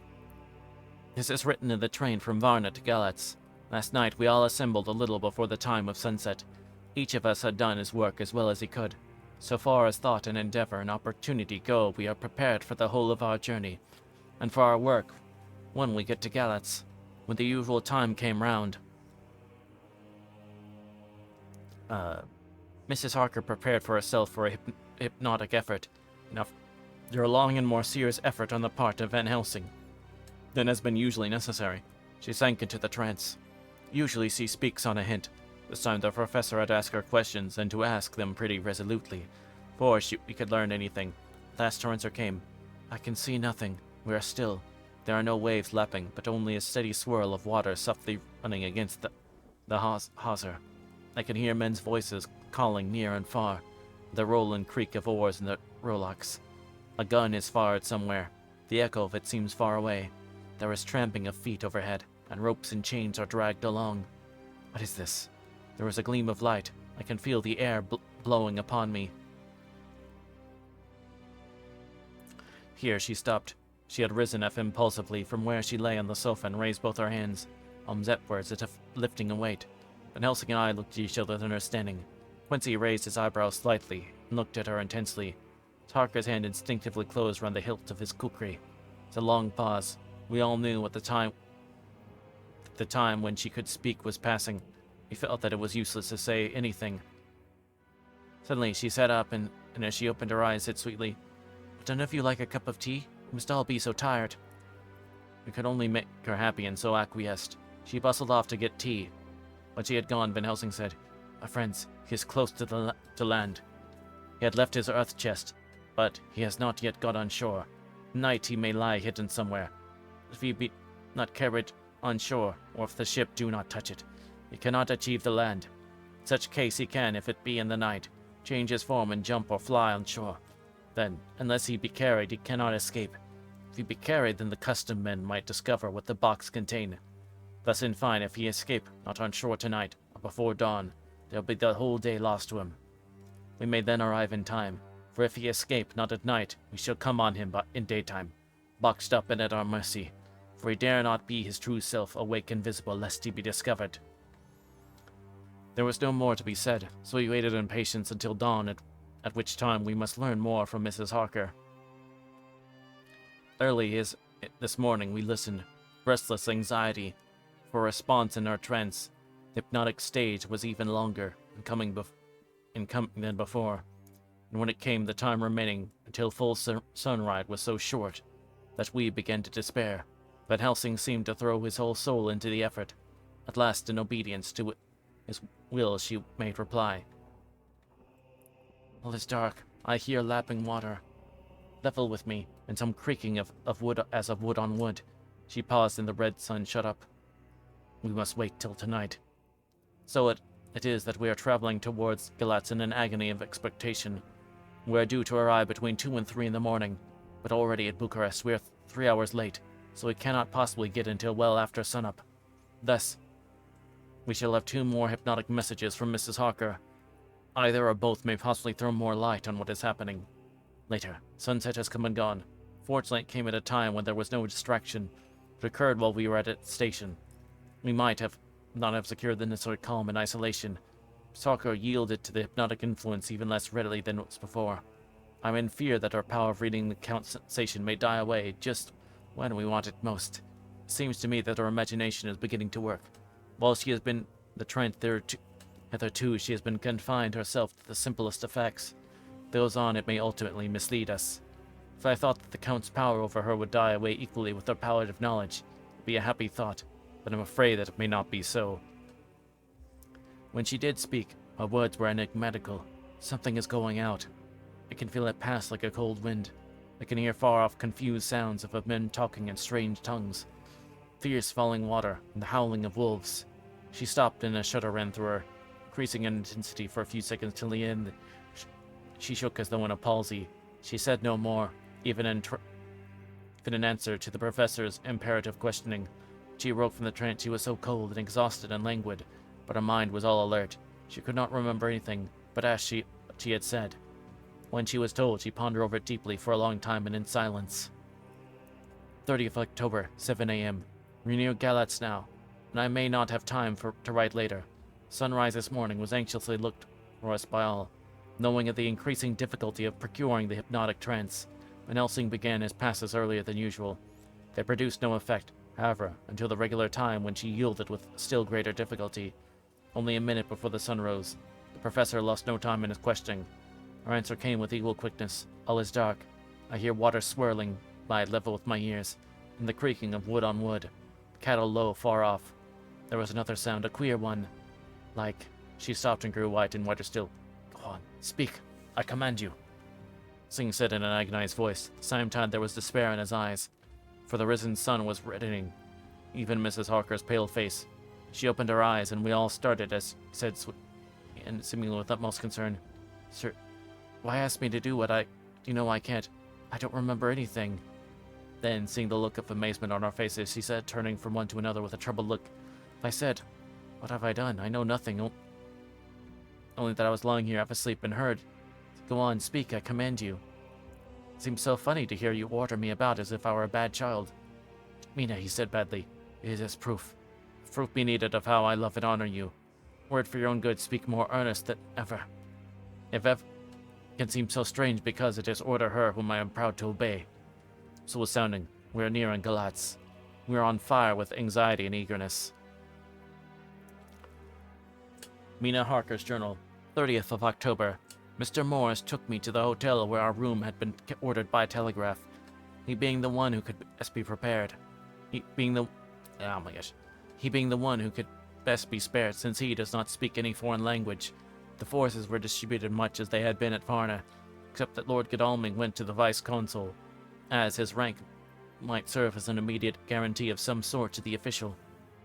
We being in extreme hurry, Jonathan and the 2 doctors went to the shipping agent to learn particulars of the arrival of the Tsarina Catherine. Later, Lord Godalming has returned, the consul is away, and the vice-consul sick, so the routine work has been attended to by a clerk. It's very obliging and offered to do anything in his power. Jonathan Harker's journal. 30th October.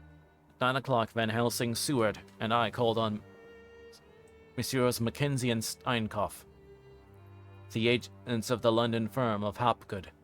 They had received a wire from London in answer to Lord Godalming's telegraph request, asking them to show us any civility in their power. They were more than kind and courteous, and took us at once on board the Serene and Catherine, which lay at anchor in the river harbour. There we saw the captain, Donaldson by name, who told us of the voyage. He said that in all his life had never been so favourable a run. Then he said, it made us afeard, for we expected he should have to pay for it with some rare piece of luck, so as to keep the average. It's no canny to run for London to the Black Sea with a wind in it, as though the Dale himself were bawling our sail for this iron purpose, and I the time could spare a thing. Gin we were nigh a ship or port or headling, a fong fell us and trailed with us, till when the laughter had lifted and looked out.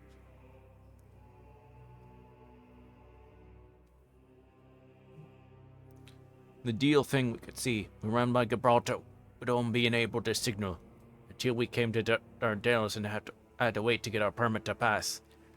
Never within all hail or not. First I inclined to slack off sail and beat about till the fog was lifted. But well as I thought, if the devil was minded to get us into the Black Sea quick, he was like to do with whether we would or no. If we had a quick voyage, it would be no to our miscredit with the owners, or to hurt to our office. The old man that has served his own purpose would be distinctly grateful to us for no hindering him. This mixture of simplicity, of cunning, and of superstition and commercial reasoning, Ros Van Helsing said, "Mein friend, that devil is more clever than he is thought by some, and he know when he meet his match." The skipper was not displeased with the compliment and went on. When we got past the Bosphorus, men began to grumble. Some of them, the Romanians, came and asked me to heave overboard a big box which had been put on board by a queer-looking old man just he'd started for London.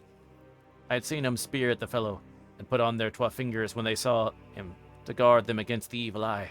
Man, but that superstition of foreigners perfectly ridiculous. I sent them about their business pretty quick, but just as the fog closed in on us, I felt a wee bit as they did a night something, though I wouldn't say it was again the big box. Well, on we went, and as the fog I couldn't up for 5 days. I just let the wind carry us, for if the devil wanted to get somewhere, well, it'd fetch it up a reet, and if he came, did it well, and we'd keep a sharp lookout anyhow. So, Sarach, we had a fair and deep water all time. In 2 days, when the morning sun came through the fog, we found ourselves just in the river opposite Galatz. The Romanians were wild and wanted me right or wrong to take out the box and fling it in the river. I had to argue with them about it with his handspike, and when the last of them rose off the deck in his hands, I convinced them that evil eye or no evil eye, the property and the trust of my owners were better in my hands than in the river Danube. They had, mind ye, taken the box on the deck ready to fling it, and as it was marked Galatz via Varna, I thought I'd let it lie till we discharged it in port and get rid of it altogether. We didn't do much clearing that day, and had to remain the Nystadt harbour, at anchor. But the morning, braw and early, an hour before sunup, a man came round with an order, written to him from England, to receive a box marked for one Count Dracula. Through the matter was at one ready to his hand. He had his papers at, and glad I was to be rid of the thing, for I was beginning myself to feel uneasy at it. If the deal did have any luggage aboard the ship, think it was none other than the same. We'll come in and don't call me chicken. Thank you for coming by. What was the name of the man who took it? Asked Dr. Van Helsing with restrainingness. I'll be telling you quick, he answered, and stepped down in his cabin, produced a receipt signed Emanuel Hiddlesheim. Bergenstrasse 16 was the address. We found that this was all the captain knew. With thanks, we came away. We found Hiddlesheim in his office. A Hebrew of rather the Delphi theatre type, with a nose like a sheep and a fez. His arguments were pointed with specie. We doing the punctuation with a little bargaining he told us that he knew. This turned out to be simple but important. He had received a letter from Mr. Deville of London, telling him to receive, if possible, before sunrise, so as to avoid customs, a box which would arrive at Galatz in the Tsarina Catherine. This he was to give charge to a certain Petrov Stinsky, who dealt with the Slovaks who traded down the river to the port. He had been paid for his work by an English banknote, which had been duly cashed for gold at the Danube International Bank. When Stinsky had come to him, he had taken him to the ship and handed over the box so as to save porterage. This was all he knew. We then sought for Stinsky, but were unable to find him. One of his neighbors, who did not seem to bear him any affection, said that he had gone away 2 days before, no one knew whither. This was corroborated by his landlord, who received by a messenger the key of the house together with the rent due, in English money. This had been between 10 and 11 o'clock last night. We were at a standstill again. Whilst we were talking, one came running and breathlessly gasped out that the body of Stinsky had been found inside the wall of the churchyard of St. Peter, and that the throat had been torn open as if by some wild animal. Those we had been speaking with ran off to see the horror, when crying out, "This is the work of a Slovak!" We hurried away lest we should have been in some way drawn into the affair and so detained. As we came home, we could arrive at no definite conclusion. We're all convinced that the box was on its way by water to somewhere. But where that might be, we would have to discover. With heavy hearts, we came home to the hotel to Mina. When we met all together, the first thing was to consult as to taking Mina again into our confidence. Things were getting desperate. And it is at least a chance, though a hazardous one. As a preliminary step, I was released from my promise to her. Mina Harker's journal, 30th of October, evening. They were so tired and worn out and dispirited that there was nothing to be done till they had some rest. I asked them all to lie down for half an hour while I should enter everything up to the moment. I feel so grateful that the man who invented the traveler's typewriter, and to Mr. Morse for getting this one for me. I should have felt quite astray doing the work if I had to write with a pen. It is all done, poor dear Jonathan. What he must have suffered, what he must suffering now. He lies on the sofa, hardly seeming to breathe, and his whole body appears in collapse. His brows are knit, his face drawn up with the pain. Poor fellow, maybe he is thinking that I can see his face all wrinkled up with the concentration of his thoughts. If only I could help. If I could only help at all, I shall do what I can. I have asked Dr. Van Helsing, and he has got me all the papers that I have not seen. Whilst they are resting, I shall go over carefully, and perhaps I may arrive at some conclusion. I shall try to follow the professor's example, and think without prejudice on the facts before me. I do believe that under God's providence I have made a discovery. I shall get maps and look over them. More than ever sure that I am right, my new conclusion is ready, so I shall get our party together and read it. They can judge it. It is well to be accurate, and every minute is precious. Mina Harker's memorandum, entered in her journal. A ground of inquiry, Count Dracula's problem is to get back to his own place. A. He must be brought back by someone. This is evident. 4. Had the power to move himself as he wished, he could go either as a man, a wolf, a bat, or in some other way. He evidently fears discovery or interference, and the state of helplessness in which he must be confined as it is between dawn and sunset in his wooden box. How is he to be taken? Here a process of exclusion may help us. By road, by rail, by water? By road. There are endless difficulties, especially in leaving the city. 1. By road. These are endless difficulties, especially leaving the city. X. There are people, and people are curious and investigate. A hint to surmise, a doubt as to what might be in the box would destroy him. Y. There may be customs and octroi officers to pass. Z. His pursuers might follow. This is his highest fear, and in order to prevent his being betrayed, he has repelled so far as he can even his victim, me. 2. By rail. There is no one in charge of the box. It would have to take its chance of being delayed, and delay would be fatal, with enemies on the track. True, he might escape at night, but what would he be if left in a strange place with no refuge that he could fly to? This is not what he intends, and he does not mean to risk it. By water. 3. By water. Here is the safest way in one respect, but with most danger in another. On the water, he is powerless except at night. Even then he can only summon fog and storm and snow when his wolves. But were he wrecked, the living water would engulf him, helpless, and he would indeed be lost. He could after the vessel drive to land, but if we're unfriendly land, wherein he is not free to move, his position would be desperate. We know that from the record that he was on water. So, what we have to do is to ascertain what water. The first thing is to realize what he has done yet. We may then get a light on what his task is to be. Firstly, we must differentiate between what he did in London as part of his general plan of action, where he was pressed for moments and had to arrange as best he could. Secondly, we must see, as well as we can't surmise it from the facts we know of what he has done here. As to the first, he evidently intended to arrive at Galatz, and sent envoys to Varna to deceive us lest we should ascertain his means of exit from England. His immediate and sole purpose then was to escape.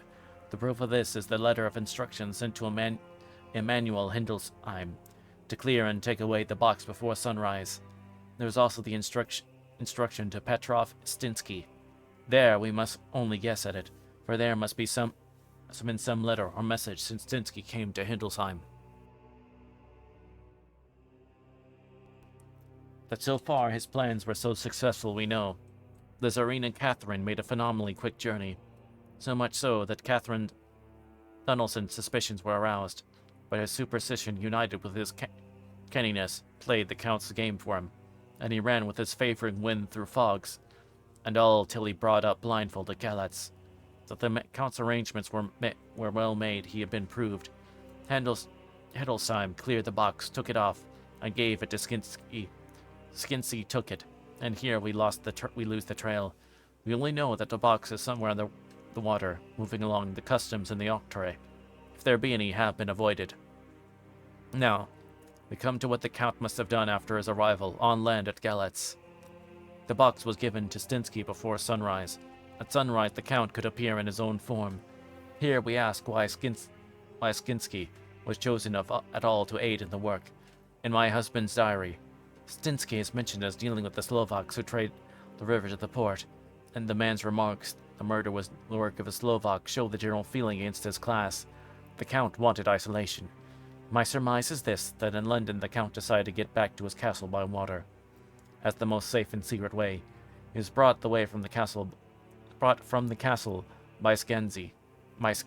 Myskani, and probably they delivered their cargo to the Slovaks who took the boxes to Varna, for from there they were shipped to London. Thus the Count had knowledge of the persons who could arrange this service. When the box was on land, before sunrise or after sunrise, he came out of his box, met Skinsky, instructed him to do as to arranging the carriage of the box up some river. When this was done, and he knew all was in train, he blotted out his traces as though by murdering his agent. If examine the map, you find that the river most suitable for the Slovaks to have ascended is either the Pruth or the Sereth. I read in the transcript that in my trance I heard cows low and water swirling with my ears and the creaking of wood. The Count in his box, then, was on a river in an open boat, propelled probably either by oars or poles, for the banks are near it and working against stream. There would be no such if floating downstream. Of course, it may not be either the Sereth or the Pruth, but we may possibly investigate further. Now of those two, the Pruth is more easily navigated. The Sereth is at Fundu, joined by the Bistrez, which runs up around the Borgo Pass. The loop makes is manifestly as close to Dracula's castle as can be got by water.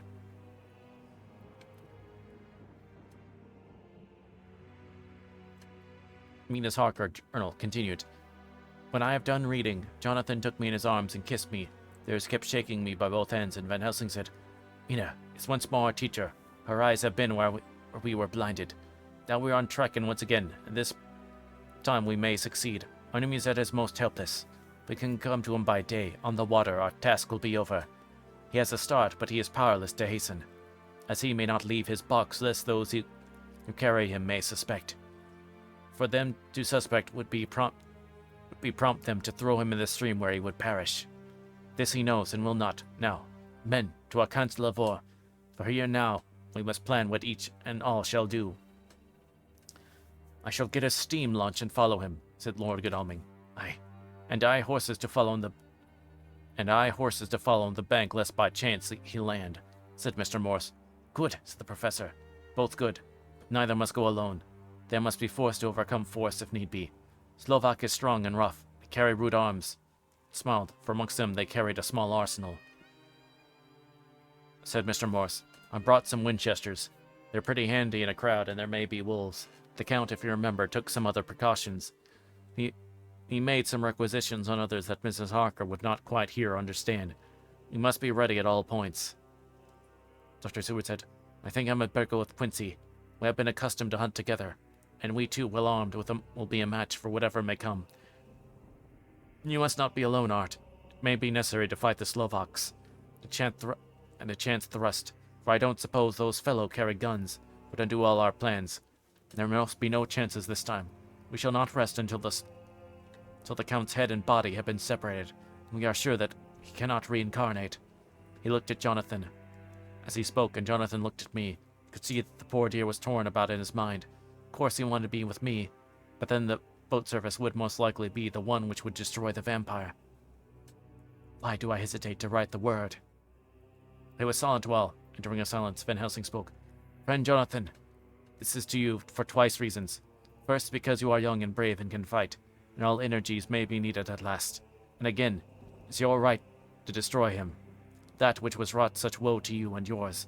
Be not afraid of Madam Mina. She will be my care, if I may. I'm old. My legs are not so quick to run at once, and I am not used to ride so long or to pursue as need be, or to fight with lethal weapons. But I can be of other service. I can fight in another way, and I can die if need be, as well as younger men. Let me say what I would do is this. While you, Lord Godalming and friend Jonathan, go in your if little steam up the river, and whilst John and Quincy guard the bank which he might be landed, I will take Madam Mina right into the heart of the enemy's country, whilst the old fox is tied in his box, floating on the running stream where he cannot escape to land. Where he dares not rise the lid off his coffin, boxless his Slovak carriers, but in fear leave him to perish. We shall go in the track where Jonathan went, from Bistros over to Borgo, and find our way to the castle of Dracula. Here, Madam Mina's psionic powers will surely help, and we shall find our way, all dark and unknown otherwise, after the first sunrise when we near that fateful place. There is much to be done, and the places may be made sanctify, so that the nest of vipers be obliterated.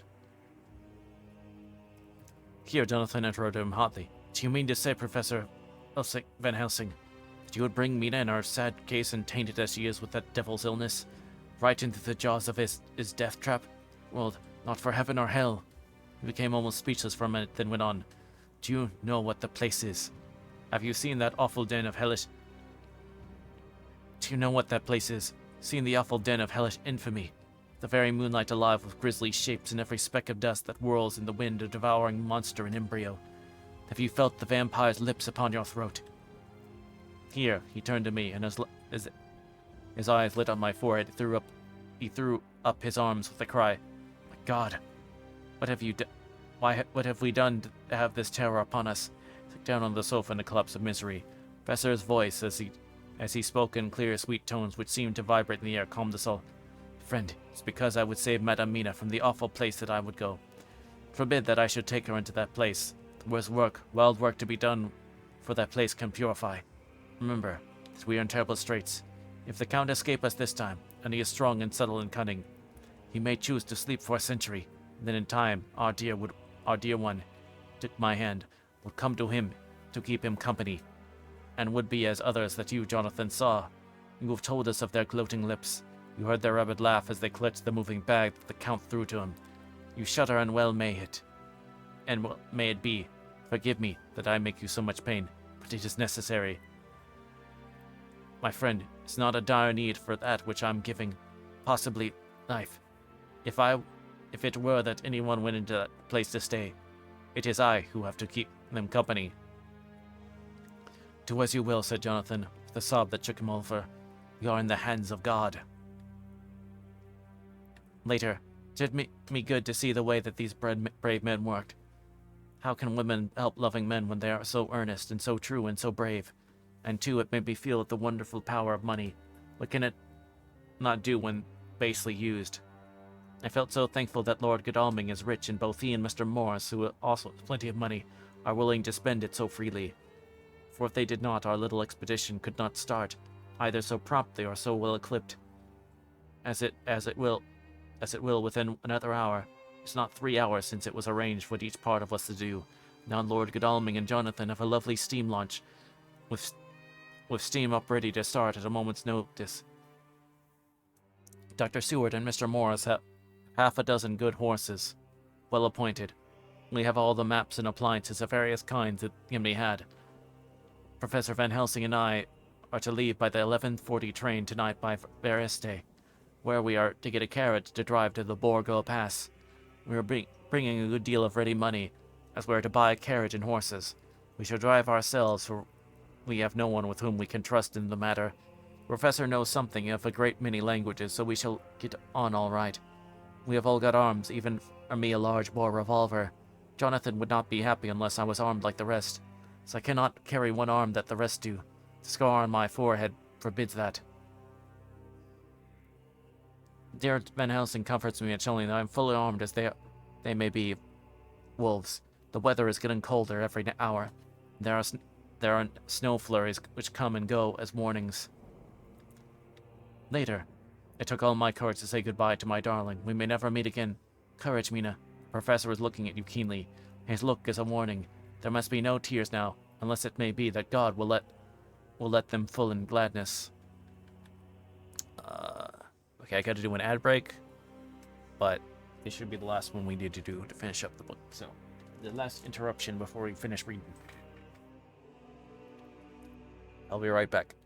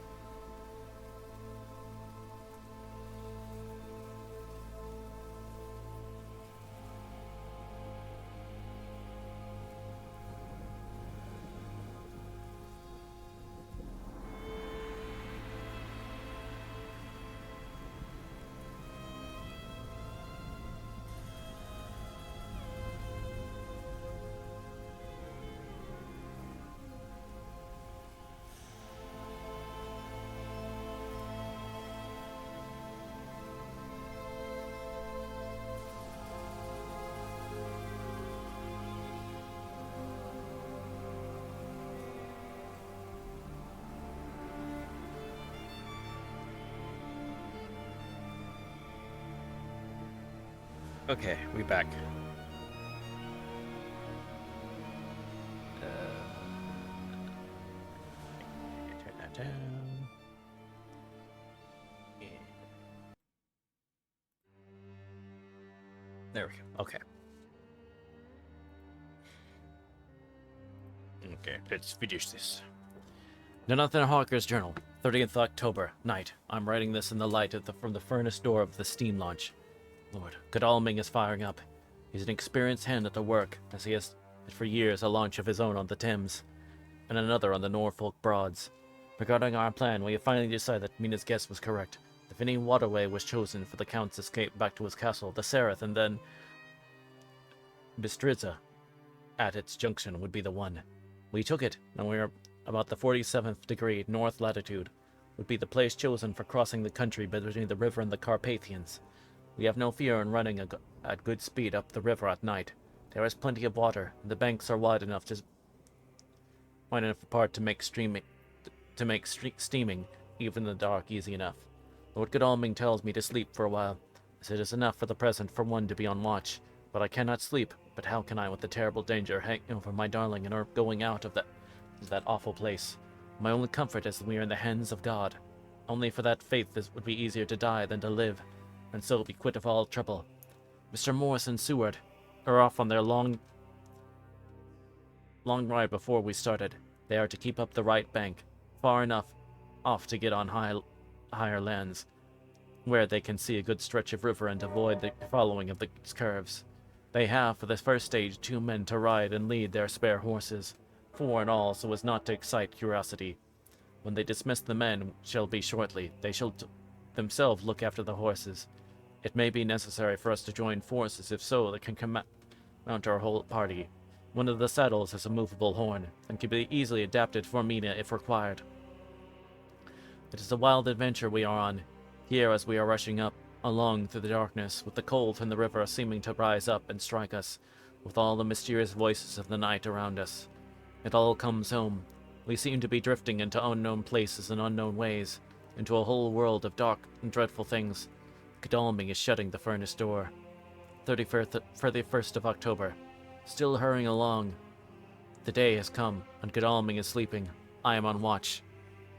The morning is bitterly cold. The furnace heat is grateful, though we have heavy fur coats.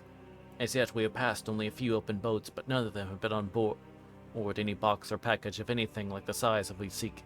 The men were scared every time we turned our electric lamp on them, and fell on their knees and prayed. Oh. Hello, and thank you very much for the follow, Buff Cowboy Hellhound Demon. Thank you very much, I really appreciate that. But come on in. We are finishing up our reading of Dracula.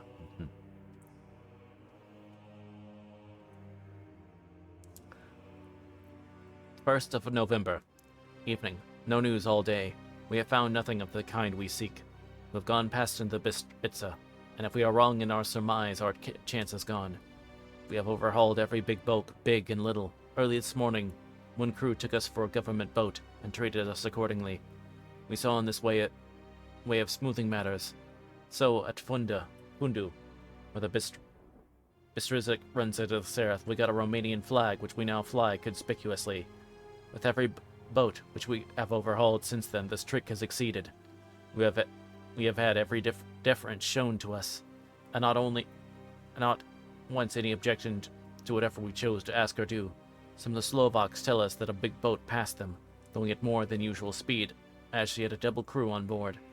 This was before we came to Fundu, so she could not tell us whether the boat turned into the Bystryza or continued up on the Sereth.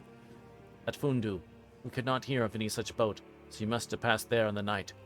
Feeling very sleepy, the cold is perhaps beginning to tell upon me, and nature must have rest sometime. Godalming insists that he shall keep the first watch. God bless him for all his goodness to poor dear Mina and me. The 2nd of November, morning. It's a broad daylight. That good fellow would not wake me. He says it would have been a sin to, for I slept peacefully and was forgetting my trouble. It seems brutally selfish to me to have slept so long, and let him watch all night. But he was quite right. I'm a new man this morning, and I sit here and watch him sleeping. I can do all necessary, both as to finding the engine, steering, and keeping watch. I can feel that my strength and energy are coming back to me. I wonder where Mean is now, and Van Helsing. They should have got to Veresti about noon on Wednesday. It would have taken them some time to get the carriage and horses, so if they had started and traveled hard, they would be out now at Borgo Pass. God guide and help them. I'm afraid to think what may happen. If only we could go faster, but we cannot. The inns are throbbing and doing their utmost. I wonder how Dr. Seward and Mr. Morris are getting on. They seem to be endless streams running down the mountains into this river, but none of them are very large. At present, at all events, they are doubtless terrible in winter, and when the snow melts, horsemen may not have met such obstruction. I hope that before we get to Strasbourg, we may see them, but by that time we have not overtaken the Count. It may be necessary to take counsel together what to do next. Dr. Seward's diary, the 2nd of November. 3 days on the road. No new time and no time to write it off it, if there had been, for every moment is precious. We have only the rest need for the horses, but we are both bearing it wonderfully. Those adventurous days of ours are turning up useful. We must push on. We shall never feel happy till we get the launch in sight again. 3rd of November. We heard at Fundu about the launch had gone up to Bistritza. I wish it wasn't so cold. There are signs of snow coming. If it falls heavenly, it will stop us. In such case, we must get a sledge and go on, Russian fashion. The 4th of November. Today we heard of the launch having been detained by an accident when trying to force away at the rapids. The Slovak boats get up all right by aid of a rope and steering with knowledge. Some went up only a few hours before. Godalming is an amateur fitter himself, and evidently it was he who put the launch in trim again. Finally, they got up to the rapids all right, with local help, and are off on the chase afresh. I fear that the boat is not going any better for the accident. The peasantry tell us that after she got upon smooth water again, she kept stopping every now and again as long as she was in sight. We must push on harder than ever. Our help may be wanted soon. Mina Harker's journal. 31st of October. Arrived at Veresti at noon. The professor tells me that this morning at the dawn he could hardly hypnotize me at all, and all I could say was dark and quiet. He is off now buying a carriage and horses. He says that he will later on try to buy additional horses so he may be able to change them on the way. We have something more than 70 miles before us. The country is lovely and most interesting. If only we were under different conditions, how delightful it would be to see it all. If Jonathan and I were driving through it alone, what a pleasure it would be to stop and see people and learn something of their life and to fill our minds and memories with all the color and picturesqueness of the whole wild, beautiful country and the quaint people. But alas. Later, Van Helsing has returned. He's got the carriage and horses. We're to have some dinner and start in an hour. The landlady is putting up a huge basket of provisions. It seems enough for a company of soldiers. Professor encouraged her, and whispers to me that it may be a week before we can get any food again. He has been shopping too, and sent home such a wonderful lot of fur coats and wraps and all sorts of warm things. There will not be any chance of our being cold. We shall soon be off. I'm afraid to think what may happen to us. We are truly in the hands of God. He alone knows what may be, and I pray to him, and all the strength of my sad and humble soul, that he will watch over my beloved husband, that whatever may happen, Jonathan may know that I loved him and honored him more than I can say, and that my latest and truest thought will be always for him. Okay, I believe this is the last chapter. Yes, last chapter.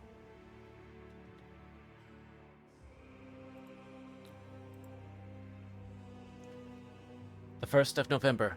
All day long we have traveled and at a good speed. The horses seem to know that they are being kindly treated, for they go willingly at their full stage at best speed. We have now had so many changes and find the same thing so constantly that we are encouraged to think that the journey will be an easy one. Van Helsing is laconic. He tells the farmers that he is hurrying to Bistritz and pays them well to make the exchange of horses. We got hot soup, a coffee or tea, and off we go. It is a lovely country, full of beauties of all imaginable kinds. The people are brave and strong and simple and seem full of nice qualities. They are very, very superstitious. The first house where we stopped When the woman who served us saw the scar on my forehead, she crossed herself and put out 2 fingers toward me to keep off the evil eye. I believe they went to the trouble of putting an extra amount of garlic into our food, and I can't abide garlic. Ever since then I have taken care not to take my hat or veil, and so have escaped their suspicions. But we are traveling fast, and as we have no driver with us to carry tales, we go ahead of a scandal. But I dare say that the fear of the evil eye will follow hard behind us all the way. The professor seems tireless. All day he would not take any rest, though he has made me sleep for a long spell. At sunset time he hypnotized me, and he says I answered as usual. Darkness, lapping water and creaking wood. So our enemy is still on the river.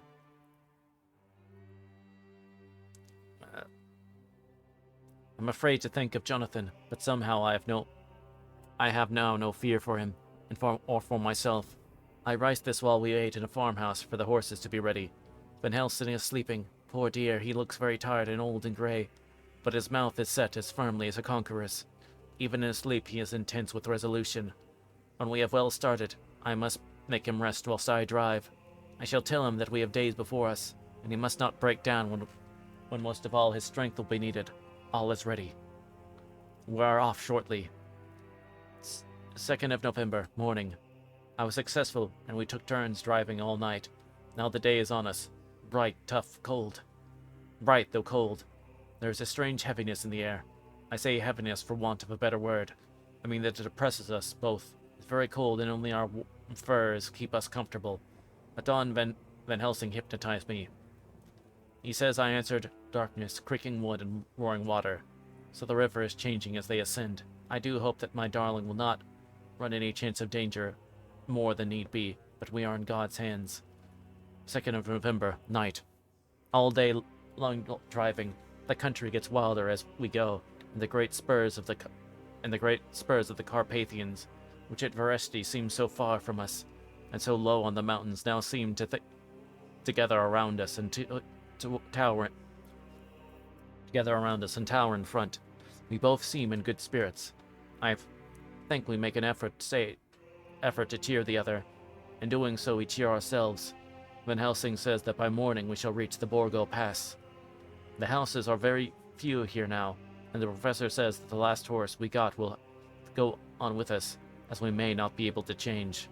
He got 2 in addition to the 2 we changed, so that now we may have a rude 4 in hand. The horses are patient and good, and they give us no trouble. We're not worried with other travelers, and so even I can drive. We shall go to the pass in daylight. We do not want to travel before, so we take it easy, and have each a long rest in turn. Will tomorrow bring us? We go to seek the place where my poor darling suffered so much. God grant that we may be guided aright, and that he be deigned to watch over my husband and those dear to us both, and who are in such deadly peril. As for me, I'm not worthy in his sight. Alas, I'm unclean to his eyes. He shall be until he may deign to may stand forth in his sight as one of those who have not incurred his wrath. Memorandum by Abraham Van Helsing. 4th of November. This to my old and true friend John Seward, M.D. of Purfleet, London. In case I may not see him, it may explain. It is morning, and right by far with all night I have kept alive. But Amina is aiding me. It is cold, so cold that the grey heavy sky is full of snow, which when it fails will settle for all winter as the ground is hardening to receive it. It seems to have affected Madame Mina. She has been so heavy of it all day that she was not like herself. She sleeps and sleeps and sleeps. She who is usually so alert and has done nothing all day. She even have lost her appetite, so she make no entry in her little diary. She who writes so faithful at every pause. Something whispered to me that all is not well, and for tonight she is more. She's more VIF, VIF in italicized. I'm not sure what that means. Her long sleep all day have refreshed and restored her, but now she is all sweet and bright as ever. I tried to hypnotize her, but alas, with no effect. The power has grown less and less with each day, and tonight it fails me altogether. Well, God's will be done. whatever it may be and whithersoever it may lead. Now to the historical, for as Madam Mina write not in our stenography, I must in my cumbrous old fashion, that so each day of us may not go unrecorded. We got to Borgo Pass just after sunrise yesterday morning. When I saw the signs of dawn, I get ready for the hypnotism, stopped our carriage, and got down so there might be no disturbance. I made a couch with furs, Madam Mina lying down, yield herself as usual, more slow and more short time than ever to the hypnotic sleep. 4 came the answer, darkness and the swirling of water. Then she awoke, bright and radiant, and we go on our way and soon reach the pass. This time, place she become all fire with zeal. Guiding power be in her manifested, to point the road and say, this way. How you know it? I asked. Of course I know it, she answered with a pause in it. Have not my Jonathan travelled it? Word of his travel? First I think somewhat strange, but soon I see that there be only one such road. It used but little, and very different from the coach road from Bukovina to Bistritz, which is more wide and hard, and more of use. Since we came down this road, when we met other ways, not always were we sure that there were roads at all, for they be neglect and light snow have fallen. The horses know when they can only, and they only. I give rein to them, and they go on so patient. By and by we find all things with Jonathan have note in that wonderful diary of him. Then we go on for long, long hours and hours. The time I tell Madam Mina to sleep, she try and she succeed. She sleep all the time till at last I feel myself too suspicious grow, attempt to wake her, but she sleep on, and I may not wake her, though I try. I do not wish to try too hard lest I harm her, for I know that she have suffered much in sleep at times. Be all into her. I think I drowse myself. Sudden I felt guilt, as though I have done something. I find myself bolt up with the reins in my hands, and the good horses go, jog, jog, just as ever. I look down and find Madam Mina still asleep. It is now not far off sunset time, for the snow, the light of the sun flow in the big yellow flood that we throw a great long shadow of where the mountains rise so steep, for where are going up, and also wild and rocky, as though it were the end of the world. I rouse Madam Mina. This time she wake with not much trouble, and then I try to put her to hypnotic sleep, but she sleep not, being as though I were not. Still I try and try, till at once I find her and myself in dark ground, find that the sun have gone down. Mina laugh, and I turn and look at her. She is now quite awake, and looks so well as I have never seen her since that night at Carfax when we first entered the Count's house. I am amazed and not at ease then. She is so bright and tender and thoughtful for me that I forget all fear. I light a fire, for we have brought supply of wood with us. She prepare food while I undo horses and set them, tethered in shelter to feed. When I return the fire, she have my supper ready. I go to help her, but then smile and tell me that she have eat already. She was so hungry that she would not wait. I like it not. I have great doubts, grave doubts. Fear to affright her, so I'm silent of it. She helped me and I eat alone. But then we confer and lie beside fire. I tell her to sleep while I watch.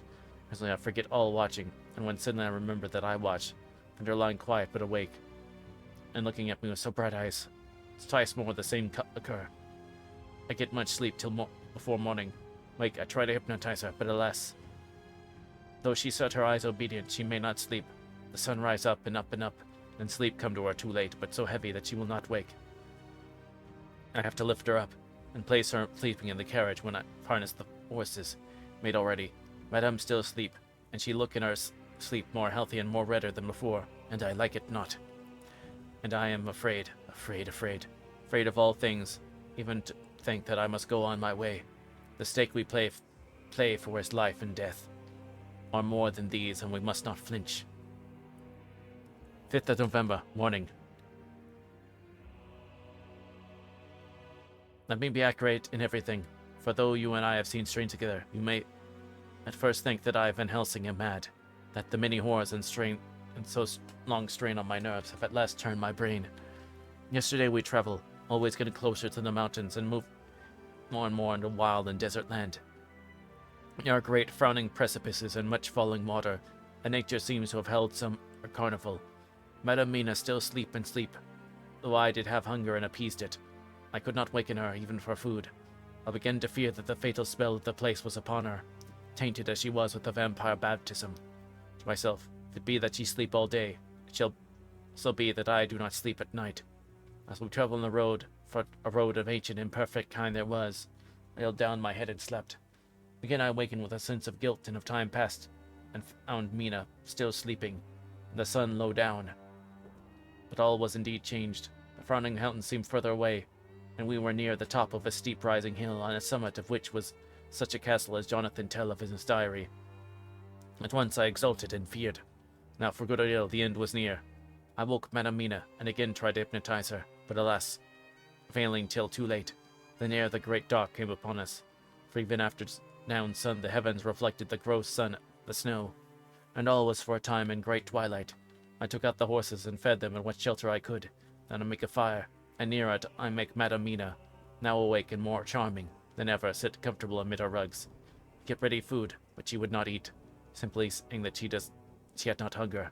I do not press her, knowing her unavailingness, but I myself eat, for I must needs now be strong for all. And then with the fear of what might be, I drew a ring so perfect for our comfort, round where Madam Mina sat, and over the ring I passed with a wafer, and I broke it fine so that all was well guarded. She sat still at the time, so still as one dead, and she grew whiter and ever whiter, till the snow was not more pale. And no word she said. When I drew near, she clung to me, and I could know that the poor soul shook from head to feet with a tremor that was pain to feel. I said to her presently, she had grown more quiet, "Will you not come over to the fire?" For I wished to make a test of what she could. She rose obedient, but when she made a step, she stopped, and stood as one stricken. "Why not go on?" I asked. She shook her head, coming back, sat down in her place. Then looking at me with open eyes, as of one waked from sleep, she simply said,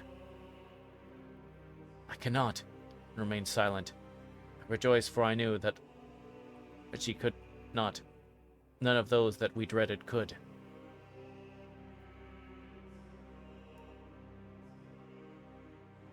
Though there might be danger in her body, yet her soul was safe. Presently the horses began to scream, and tore at their tethers till I came to them, and quieted them. When they did feel my hands on them, they whinnied and as low as joy, and I licked at my hands and were quiet for a time. Many times through the night I did come to them, till to arrive at the cold hour when all nature was at lowest. Every time my comings was quiet of them. Cold hour the fire began to die, and I was about stepping forth to replenish it.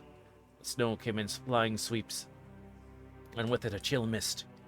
In dark there was a light of some kind, as there ever is over snow. It seemed as though the snow flurries and wreaths of mist took shapes of women with trailing garments.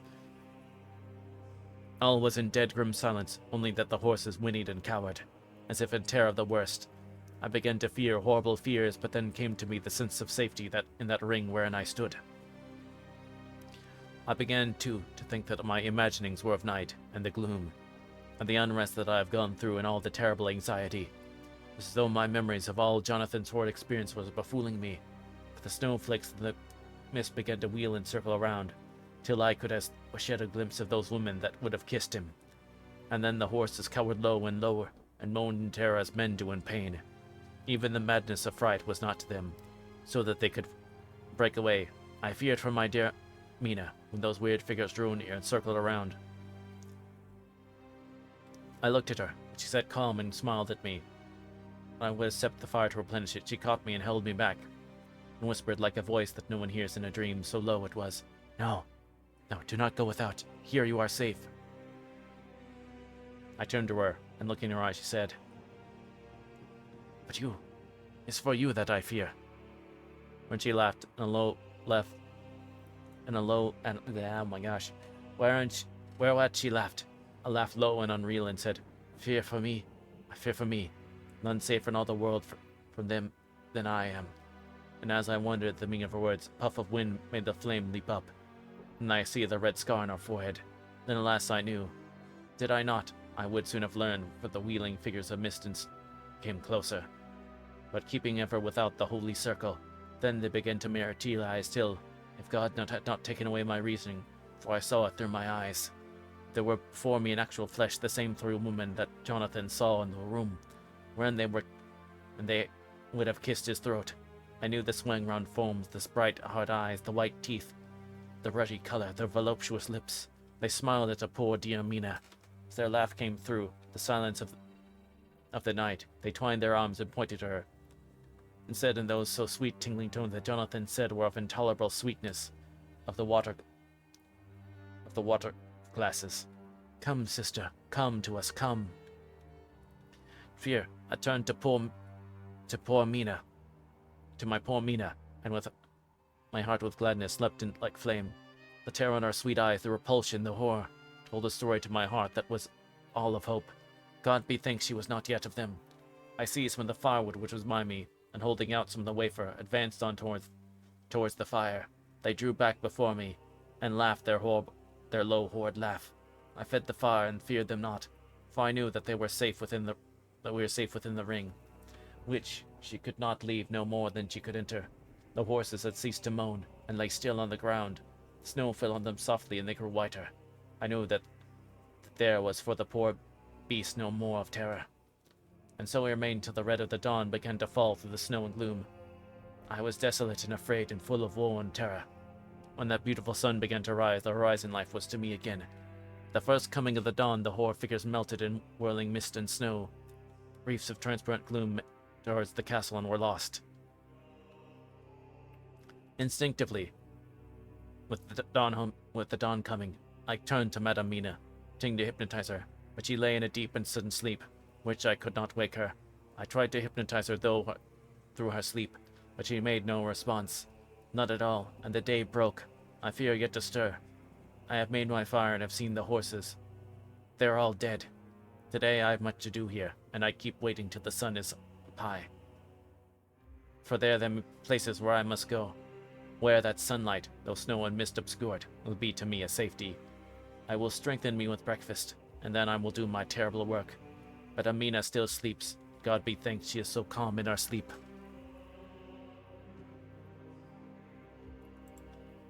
Jonathan Harker's journal. The 4th of November, evening. The accident to the launch has been a terrible thing for us. Only for it we should have overtaken the boat long ago. By now my dear Mina would have been free. I fear to think of her, off on the worlds near that horrid place. We've got horses, we follow on track. I note this whilst Godalming is getting ready. We have our arms. The Scani must look out if they mean to fight. Oh, if only Morris and Seward with us, we must only hope. If I write no more, goodbye, Mina. God bless and keep you.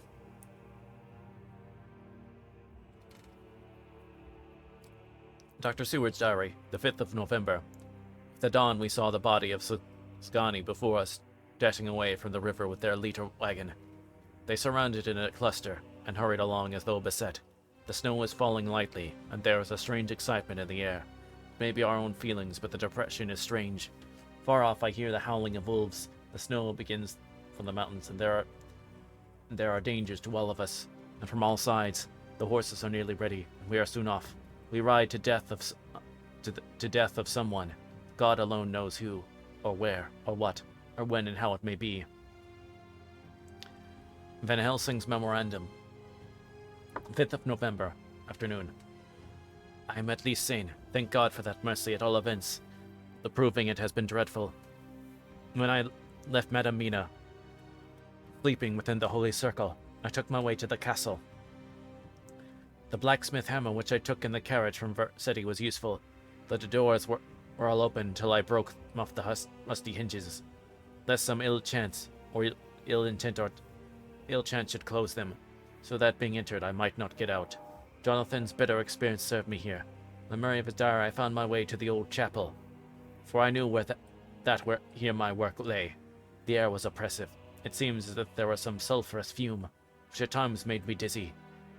Either there was a roaring in my ears, or I heard afar off the howl of wolves. And I bethought me of my dear Madame Mina, and I was in terrible plight. The dilemma had me between his horns. I had not dared to take him to this place, but left safe from the vampire in that holy circle. Yet even there would be the wolf. I resolved me that my work lay here, and that as to the wolves we must submit. If it were God's will, at any rate, it was only death and freedom beyond.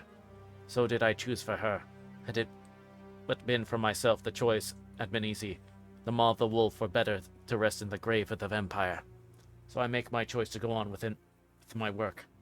I knew that there were at least 3 graves to find, graves that they inhabit, so I search and search, and I find one of them. She lay in her vampire sleep, full of life and voluptuous beauty that I shudder as though I have come to do murder. I doubt not that in the old time, when such things were, many a man who set before to do such a task as mine found that at last his heart failed him, and then his nerve. So he delay and delay and delay till the mere beauty and fascination of the wanton undead have hypnotized him. They remain on till sunset come and the vampire sleep be over. Then the beautiful eyes of the fair woman open and look love, and the voluptuous mouth present to a kiss, and the man is weak, and there remain one more victim in the vampire fold. One more to swell the grim and grisly ranks of the undead.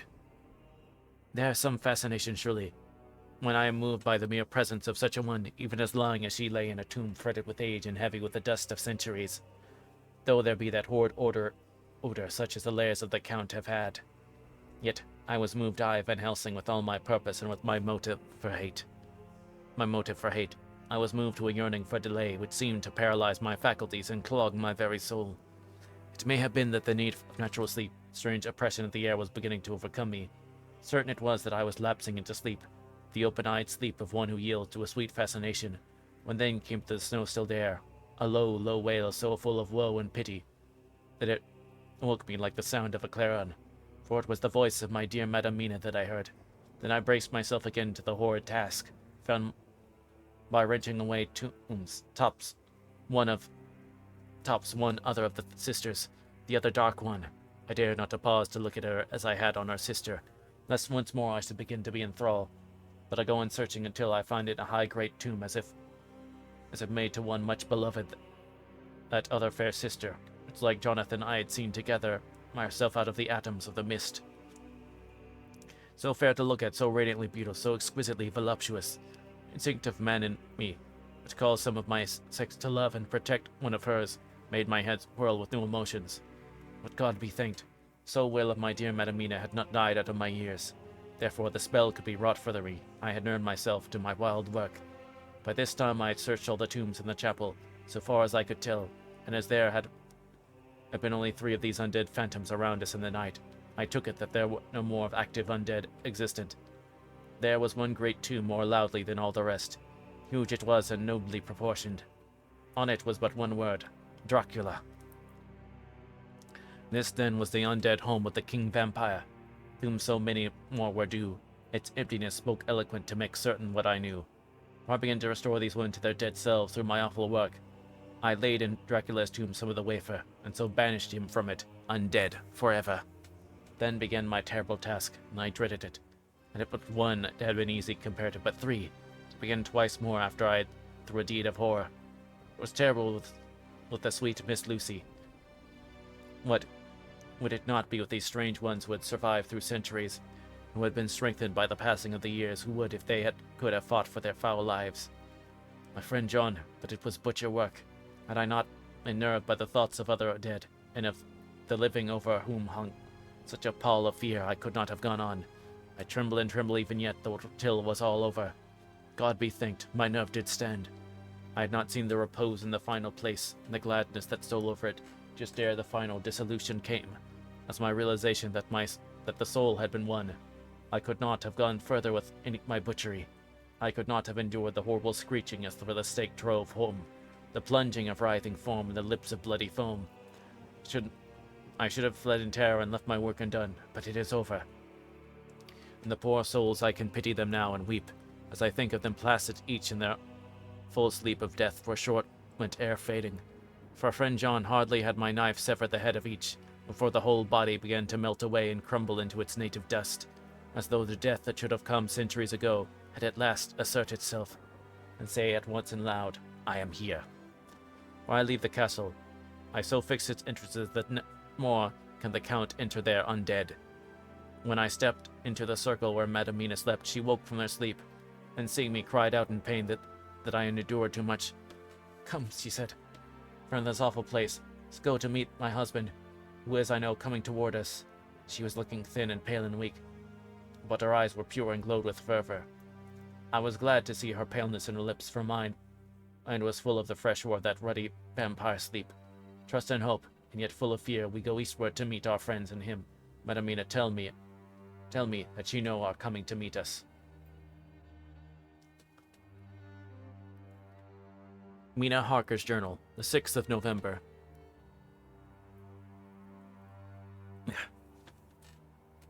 It was late in the afternoon when the professor and I go our way toward the east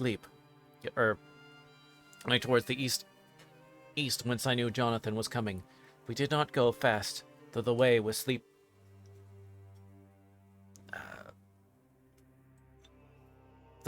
steeply downhill, for we had to take heavy rugs and wraps with us. We dared not face the possibility of being left without warmth in the cold and snow. We had to take some of our provisions too, for we were in perfect desolation. And so far as we could got through the snowfall, there was not even a sign of habitation. When we had gone for about a mile, I was tired with heavy walking and sat down to rest. Then we looked back and saw where the clear line of Dracula's castle cut the sky.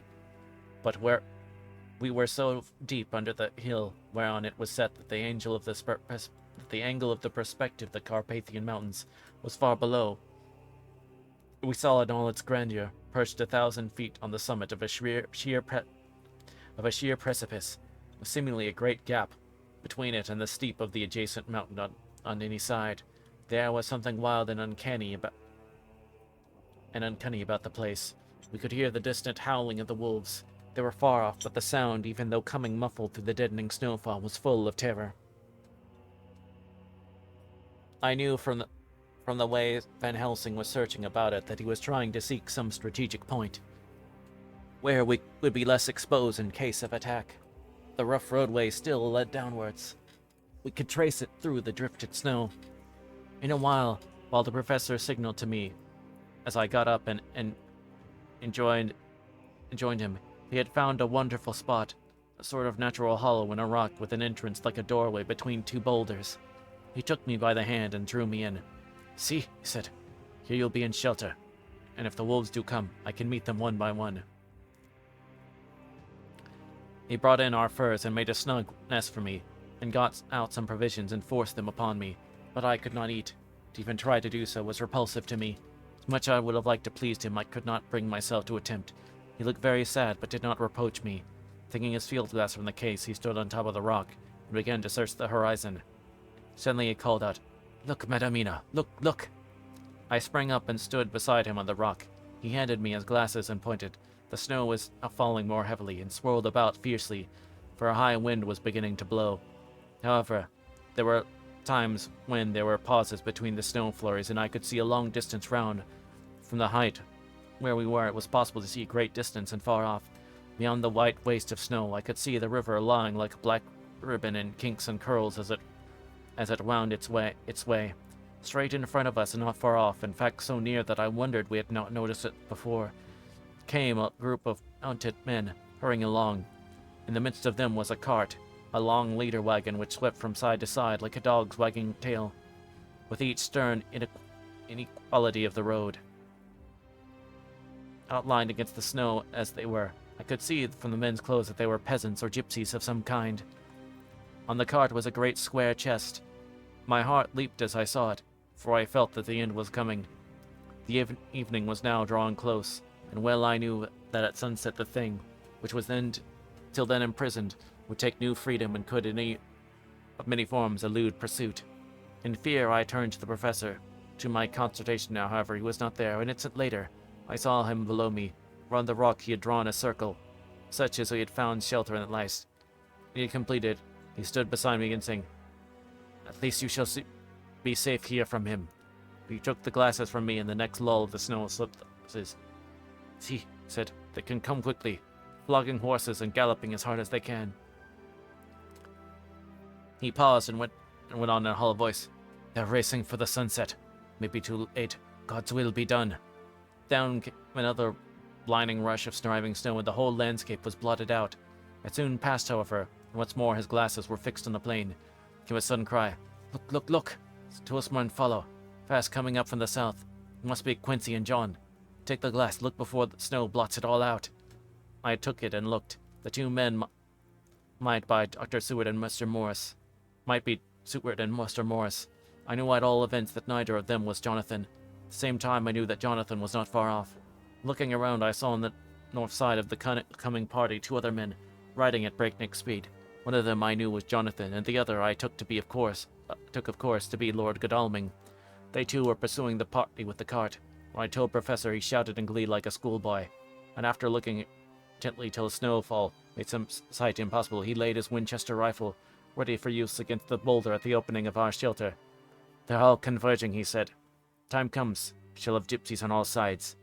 Took out my revolver to hand, for whilst we were speaking, the howling of the wolves came louder and louder.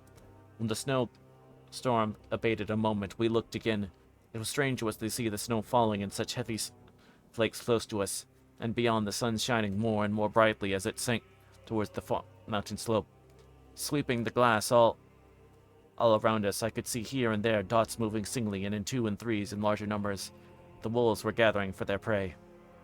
Every instant seemed an age while we waited. The wind came now in fierce bursts, and the snow was driven with fury as it swept upon us in circling eddies. At times we could not see an arm's length before us, but at others the hollow sounding and wind swept by us. It seemed to clear the airspace around us that we could see far off. We had of late been so accustomed to watch for sunrise and sunset that we knew with fair accuracy when it would be, and we knew that before long the sun would set. It was hard to believe that by our watches it was less than an hour that we waited in that rocky shelter before the various bodies began to converge upon us. The wind came now with fiercer and more bitter sweeps, and more steadily from the north. It seemingly had driven the snow clouds from us, for with only occasional bursts the snow fell. We could distinguish clearly the individuals of each party, the pursued and pursuers. Strangely enough, those pursued did not seem to realize, or at least to care, that they were pursued. They seemed, however, to hasten with redoubled speed as the sun dropped lower and lower on the mountain tops. Closer and closer they drew. Professor and I crouched behind our rock, and held our weapons ready. I could see that he was determined that they should not pass. One and all were quite unaware of our presence. All at once 2 voices shouted to halt. One was my Jonathan's, raised in a high key of passion. The other, Mr. Morse's strong, resolute tone of quick command. Gypsies may not have known the language, but there was no mistaking the tone. Every tongue the words were spoken, instinctively they reined in. An instant Lord Godalming and Jonathan dashed up at one side, and Seward and Morse on the other. Gypsies, a splendid-looking fellow who sat at his horse like a centaur, waved them back. At the fierce voice gave to his companions some word to proceed. They lashed the horses, which sprang forward. The 4 men raised their Winchester rifles and unmistakably commanded them to stop. That moment, Van Helsing and I rose behind the rock and pointed our weapons at them. Seeing that they were surrounded, the men tightened their reins and drew up. The leader turned to them and gave a word at which every man of the gypsies drew that weapon which he carried, a knife or a pistol, and held himself in readiness to attack. Issue was joined in an instant. The leader, with a flip movement of his rein, threw his horse out in front, and pointed first at the sun, which now closed down on the hilltops, and then to the cattle. Something that I did not understand. For answer, all 4 men party threw themselves from their horses and dashed towards the cart. I should have felt terrible fear at seeing Jonathan in such danger, but that the order of battle must have been upon me as well as the rest of them. I felt no fear, but only a wild, surging desire to do something. Seeing the quick movement of our parties, the leader of the gypsies gave a command. His men instantly formed round the cart in a sort of undisciplined endeavor, each one shouldering, pushing the other in his eagerness to carry out the order. In the midst of this, I could see that Jonathan on one side of the ring of men and Quincy on the other was forcing a way to the cart. It was evident that they were bent on finishing their task before the sun was set up. Nothing seemed to stop or even to hinder them. Neither the leveled weapons, nor the flashing knives of the gypsies in front, nor the howling of the wolves behind them, appeared to even attract their attention. Jonathan's impetuosity and the manifest singleness of his purpose seemed to overawe those in front of him. Instinctively, they cowered aside and let him pass. In an instant, they had jumped upon the cart with the strength which seemed incredible, raised the great box and flung it over the wheels of the ground. In the meantime, Mr. Morris had to use the force to pass through this side of the ring at Suzgani. All the time I had been breathless watching Jonathan. I had, with the tail of my eye, seen him press desperately toward, seen the knives of the gypsies flash as he went away through them, and they cut at him. He parried with his great bowie knife. First I thought he too had come through the safety, but as he sprang beside Jonathan, which had now by the cart, I could see that his left hand he was clutching at his side, and that the blood was spurting through his fingers. He did not delay withstanding this, for as Jonathan, with desperate energy, attacked on one end of the chest, attempting to pry the lid off with his great kukri knife, he attacked the other frantically with his bowie. Under the efforts of both men, the lid began to yield. The nails drew with a screeching sound, and the top of the box was thrown back. By this time the gypsies, seeing themselves covered by the Winchesters, and at the mercy of Lord Godalming and Seward, had given in and made no further resistance. The sun was almost down on the mountain tops. The shadow of the whole group fell upon the snow. I saw the Count lying within the box upon the earth, some of which the rude falling from the cart had scattered over him. He was deathly pale, just like a waxen image, and the red eyes glared at the horrible vindictive look which I knew so well. As I looked, the eyes saw the sinking sun, and the look of hate in them turned to triumph. But on the instant came the sweep and flash of Jonathan's great knight. I shrieked as I saw it shear through the throat, whilst at the same moment Mr. Morris's bowie knife plunged into the heart. It was like a miracle, but before our very eyes, and almost in the drawing of a breath, the whole body crumbled into dust and passed from our sight. I shall be glad as long as I live that even in the instant, that in that moment of final dissolution, there was in the face a look of peace, such as I never could have imagined it might have rested there.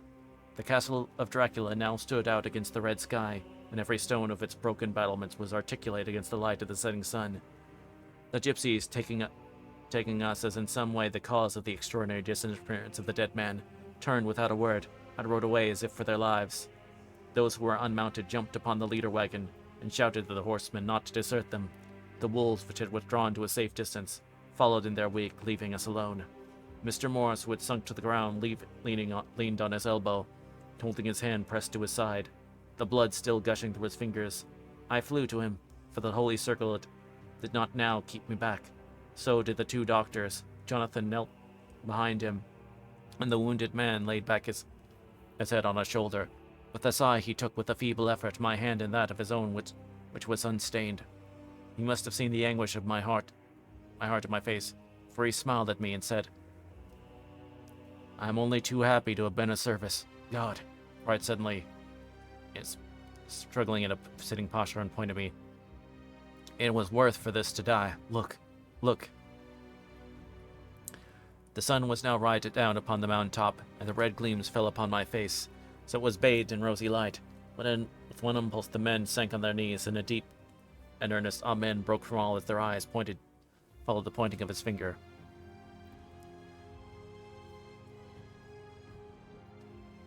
The dying man spoke.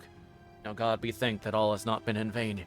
See, the snow is not more stainless than our forehead. The curse has passed away." To our bitter grief, with a smile and a silence, he died, a gallant gentleman. Note: 7 years ago, we all went through the flames, and the happiness of some of us since then, we think, well worth the pain we endured. It is an added joy to Mina and to me that our boy's birthday is the same day as that on which Quincy Morris died. His mother holds, I know, the secret belief that some of our brave friend's spirit has passed into him. His bundle of names links all our little end of men together, but we call him Quincy. In the summer of this year we made a journey to Transylvania, and went over the old ground which was, and is to us, so full of vivid and terrible memories. It was almost impossible to believe that the things which had seen with our own eyes and heard with our own ears were living truths.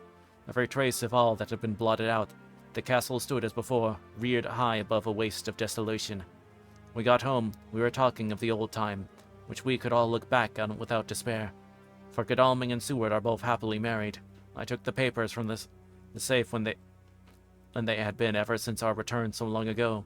we're struck with the fact that all the massive material of which the record was composed, there is hardly one authentic document, nothing but a mass of typewriting, except the later notebooks of Mina and Seward and myself, and Van Helsing's memorandum.